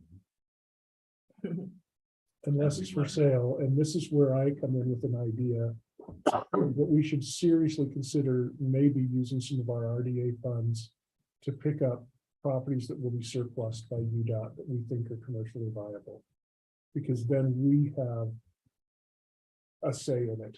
And if we let it go, because if we identify the city wants it as a use, which we have now met with UDOT and had that meeting, and if the city has an interest, we can get the first option to buy it at that going rate. Whereas if the next thing that they do is it has to go to surplus auction. And then you have no idea who's going to get it or what they intend to do with it. And so we just have this opportunity, you know, there was some question as to whether we could do that or not, but I think didn't we agree that that's. Yeah, if they're in the RDA or can be argued that it supports an RDA. Right. This So- might be the only time you'll hear that in the very near future, but I completely agree with you. That we should, we Yeah. absolutely should. Anything that they're willing to sell, any land that you can control and land block other land, that kind of almost. They don't really have an option but to sell it to you, you know? Like, So we have to first designate. That's like the that original area as farmer an pack. RDA before we Yes. purchase. Or, well, because we can also purchase it if you can argue that it has value to an existing RDA. And that's, we kind of explored some of that as a possibility, because we could say, and this is a little bit loose, but I'll let the lawyer tell me if I'm completely wrong. We could say that by maybe buying up properties around the exit makes the RDA just off the exit more viable, because you're enticing people to get off at that exit, which in turn supports the business that's next. that's to it. logical, like that's just So, logical thinking. yeah, so that's if you Well, want to yeah, use but- RDA money. Yeah, You can use general fund money to buy any property you want. Well, yeah. right, but we're talking about using RDA money because it will improve the viability of that RDA. And, you know, that gives us a better future. I mean, we know that one of my big objectives is to make sure that we don't screw up this freeway exit, because Yeah. you know, I look at the history and you look at the difference between what Clearfield did with theirs and Layton when I-15 widened, and Layton became a huge winner and Clearfield became a big. I guess it depends on how you're looking at it.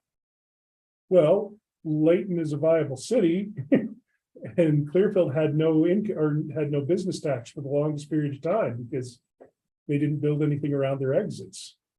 Another idea we can run by you too, I'm curious what your thoughts are, is the fund balance in the RDAs. Did you say fund balance? Fund. Oh, I think you said fun, I'm like, so we didn't go there. But Fund balance. You're an accountant. that's why I'm not an accountant, it's above my pay grade. Every balance is. That's what's a red balance.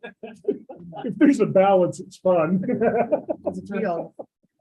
So my point is, we might not be able to pay cash for some of these properties, and there is the ability to get loans with RDA funds. And so that's one way we've never really used the money. Pay it money back that with way. future RDA.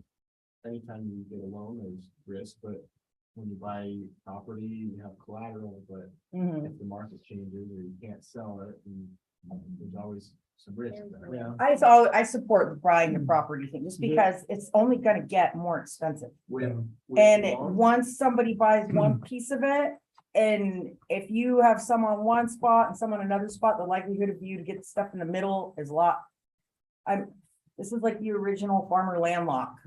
Like, you just find what you can get, and then hopefully it locks it in to where you can get stuff in the middle too.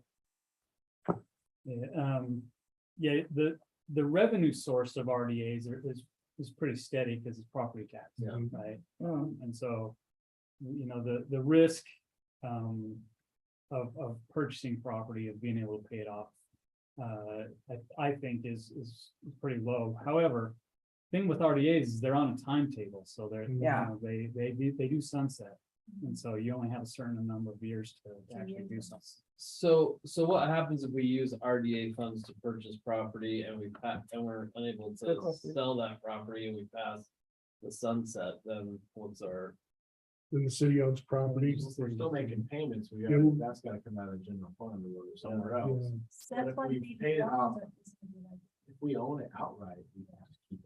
You would want to structure a loan so it doesn't go beyond, the payments don't go beyond the sunset. Because the increment that we'll get will be big enough to pay it off within the allotted time. Can we not use both RDA and general funds to We make could. purchases? We can use a We combination. could, but I think one of the keys. Now it's getting fun. One of the keys to why this discussion is important right now is because UDOT has already started selling surplus. They've determined what is surplus. And we met with them and went over all of that within the city boundary, and they can't schedule it all for going at the same time, but they are scheduling it. And so not only is now the time, but now is also the time to try to start luring business, because once that freeway opens, it's going to be the hottest property there is. And that's what we want. I think it's very, very seldom that you get as many opportunities for surplus as we have right now. Yeah. Big time. So I think it's. I think we're gonna capitalize on that. Especially where it's the gateway into our city, right on Elm on Control that better. And the price is better right now because it's based on what they acquired it on. I mean, there'll be a current survey, but nothing's established yet. The property value, once things get established around it, is likely to go up. Do And- we get the first option? Well, technically, whoever they took it from has the first right of refusal, but they have to pay it back at the same What they rate we paid it. would. Yeah, And then they would give it to the option to the city to purchase. we're second in line. And then they- That's nice. Or if the owner denied the option, we're first in line. That Yeah. makes sense. Yeah, so that's why it's important right now, because a lot of the people have moved on these properties. Not all of them, but a lot of them have. So I'm hearing, would be interested in property control. Yes. Who wouldn't be? Jordan? You agree? What, I mean, I think that's one avenue, but I more want to use the RDA funds to actually incentivize actual construction and building and things like that. I think it's better used to, rather than just own the property. We should be actually trying to draw companies to existing lots or existing areas and promote the business that way. I think property is one avenue, but I don't want to limit it to that. So would you be saying, take it one step further into possibly, partnering with development, the development community who has access to the tenants that are out there? I think we've done that before. It's been very successful. I also think if we have a target for something, we should try and figure out what types of things make that site more, and I'll use the term shovel ready. If we know that, again, maybe want an ice cream shop next to the temple or something like that, we can help facilitate that to draw in the tenants that we're hoping to draw into certain areas. I think we need to be a little more targeted in our commercial approaches rather than just, let's see who comes along and stumbles on our lot. Well, I'm more We focused gotta have the on, lot first. I'm more focused on what do we get that draws other businesses? What's an anchor rather than the filling in piece? See, to me, an ice cream store fills in a space, doesn't anchor a space. I'm worried about. That was an example, sure, but you're right. It's his favorite example. I understand why he used it. Okay. I love ice cream. All right, so. I get the anchor though, like how Walmart and then there's the stores Right. around it. If Yeah. there's no Walmart, a lot of those Yeah, sub Wouldn't stores have been don't there care. anyway. Yeah. They So I wouldn't get what you locate. mean by it needs an anchor store, and that's something that would. I mean, who's gonna go over to Smith's or somewhere? That's just an example, like the ice cream shop. Be like, hey, you guys want an anchor store over here? So somebody that does that is who, like what you said, Yeah. partnership with those. Because if we already have the land and they know that they'll be dealing with the city and they're gonna be dealing with the city anyway, that takes out a middleman that they have to deal with or another landlord. And then if they're being sought out by a company we're already working with, it's kind of like, oh, look, they're already for us. We just got to kind of go. And when you show up to a package deal like that, it kind of makes it just a little bit easier if it's a sweet enough package deal. Okay. Are we interested in, when property owners are willing to play ball, are we interested in doing enhancements to existing RDAs? I think so. Like what we did tonight. Like improvements, yeah, things like Yeah. that. Oh, yeah. For our local I businesses, think like, that blesses everyone. Hey.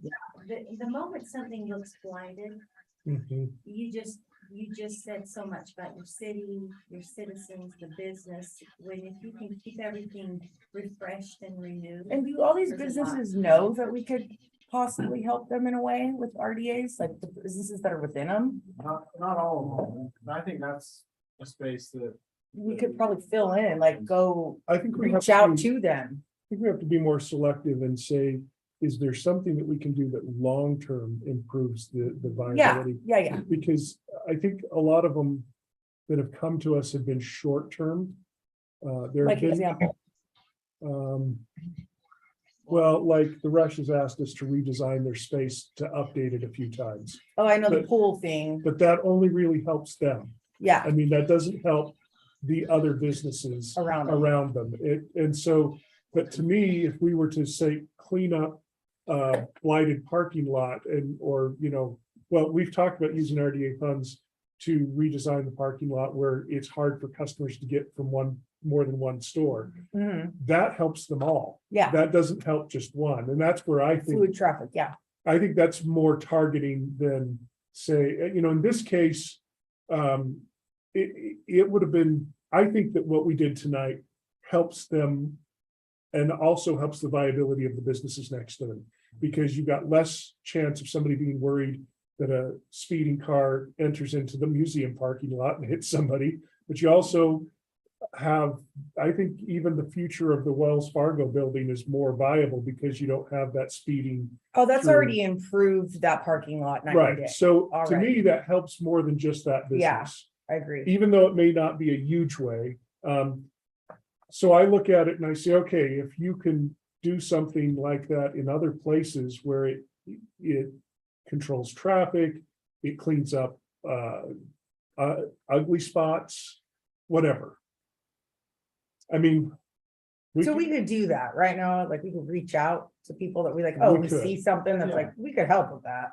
Cause there's a lot of business owners, I don't think that they really know, like. Yeah, and I think to the mayor's point, we want to be strategic about making sure we make these physical improvements that are going to increase the value of Everything, all yeah. of the property, not just like remodeling some guy's bathroom and.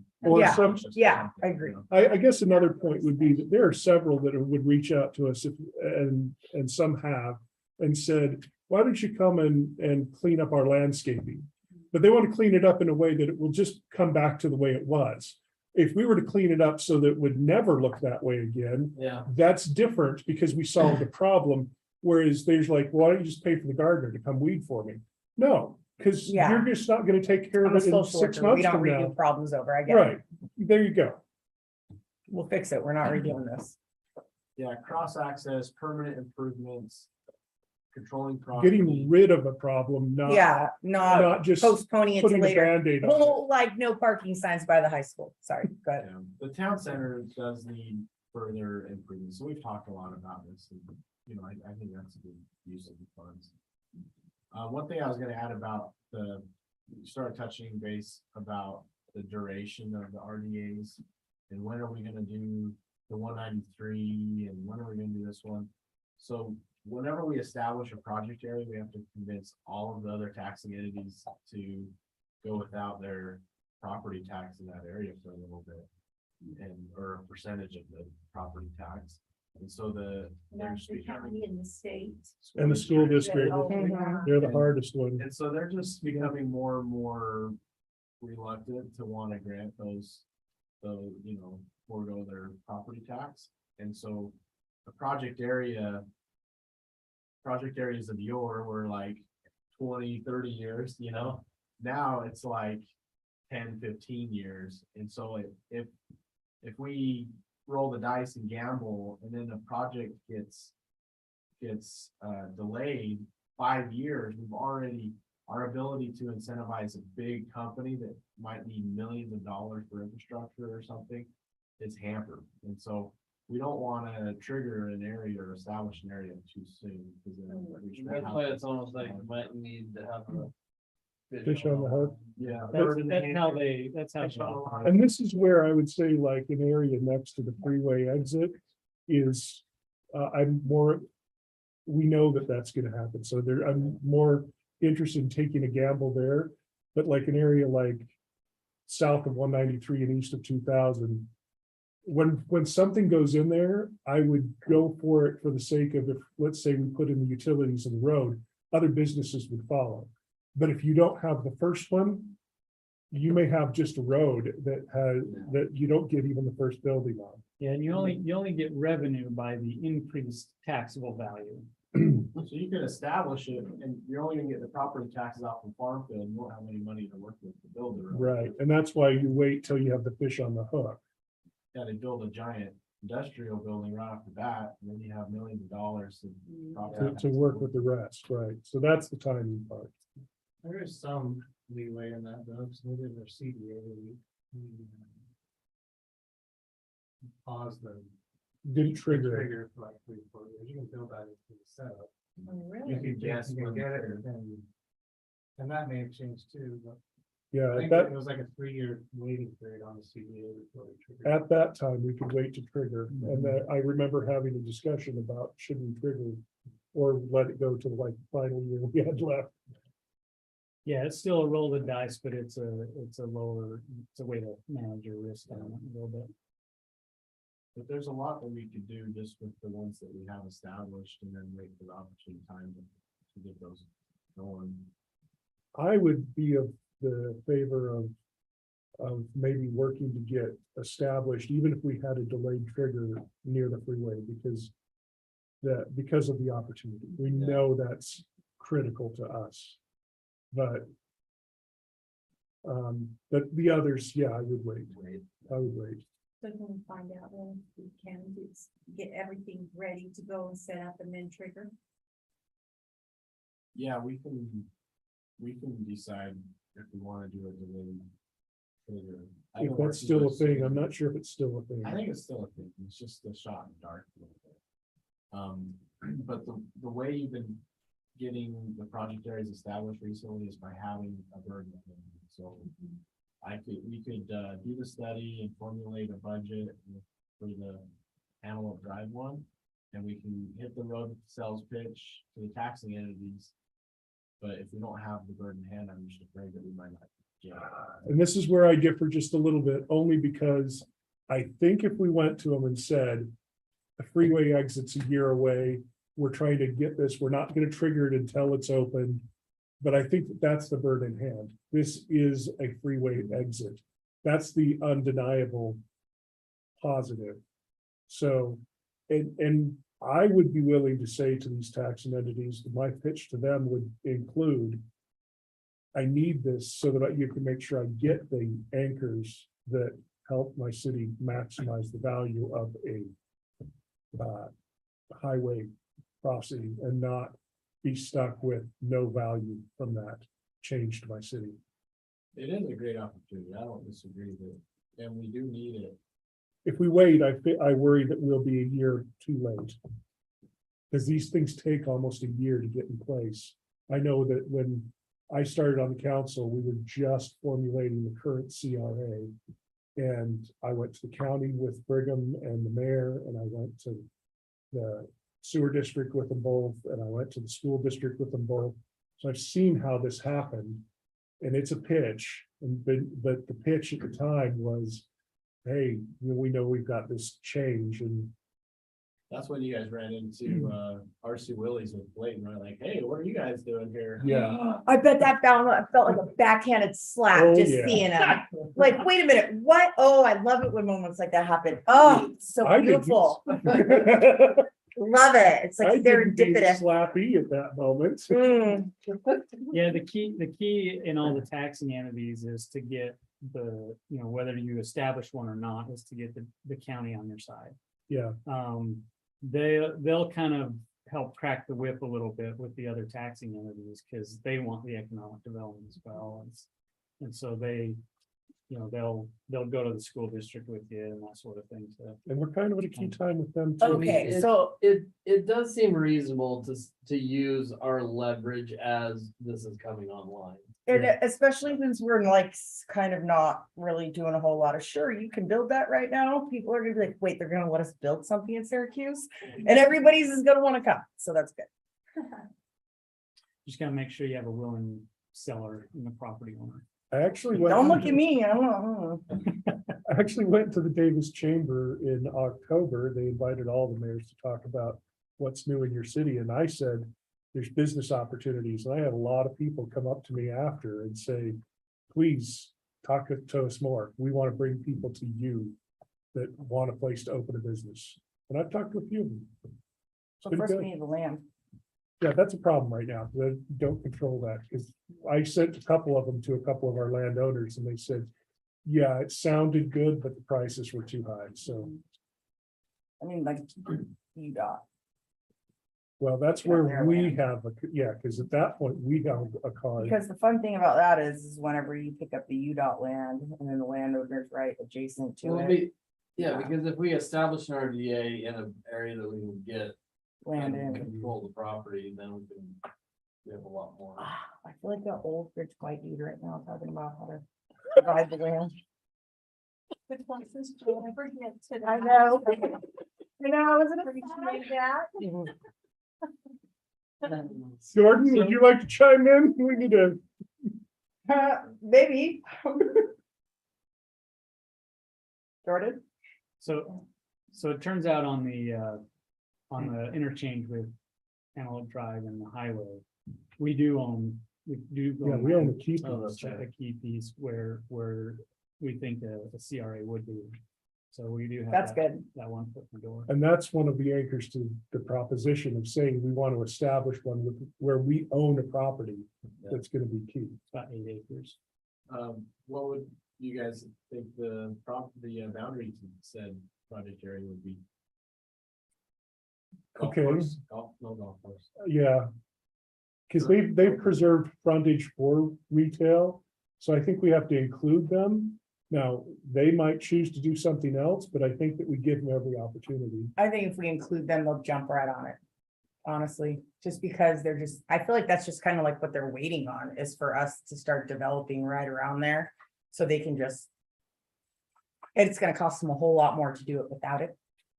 And they've already come with one idea, so I Yeah. think we should include it. Yeah. And I think we should, yeah, It'll keep the golf course there because Because he's we been up still- in the air, selling that thing a lot. yes. Cool.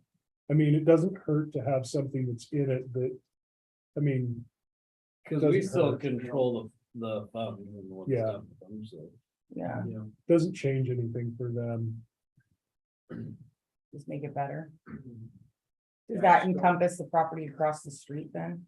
Mhm. Yeah, so it'd be. Yeah, it's The neat. golf course, the school, our property. Not the whole property, just What the, about going east?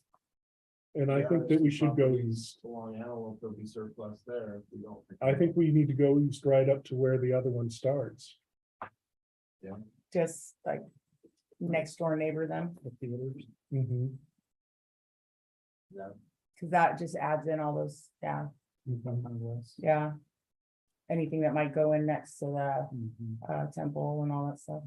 So we've already started the study and the budget and all that. And we even published or did our resolution of our intent to create a project area for 193. So that ball's going, Mhm. you know, so we could essentially pause on that one. Mhm. I think we should, because they pushed pause and we need to. Well, we think maybe, but it's not entirely sure what the schedule is on that. Right.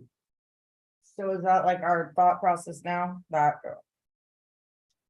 Well, that's what we're trying to Yeah. get is a We should do them all. consensus is, Just don't want to wear out. It's almost like crying wolf with taxing entities. You don't want to ask. It's almost, it feels like asking in favor. You know, so you don't want to. I would go with the most. you need to viable change your option. mindset, sir. I would go with the most viable option, which is that area. 193 Antelope. yeah.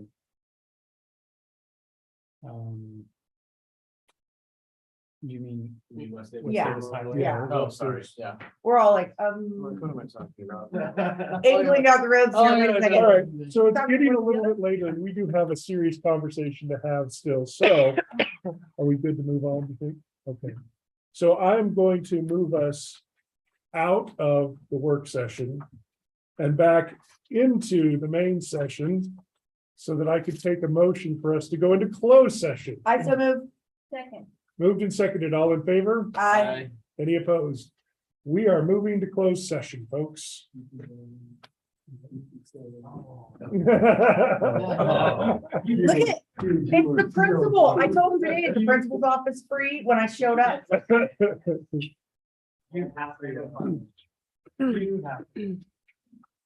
Bye, fellas. Thanks for joining us. Have a fantastic.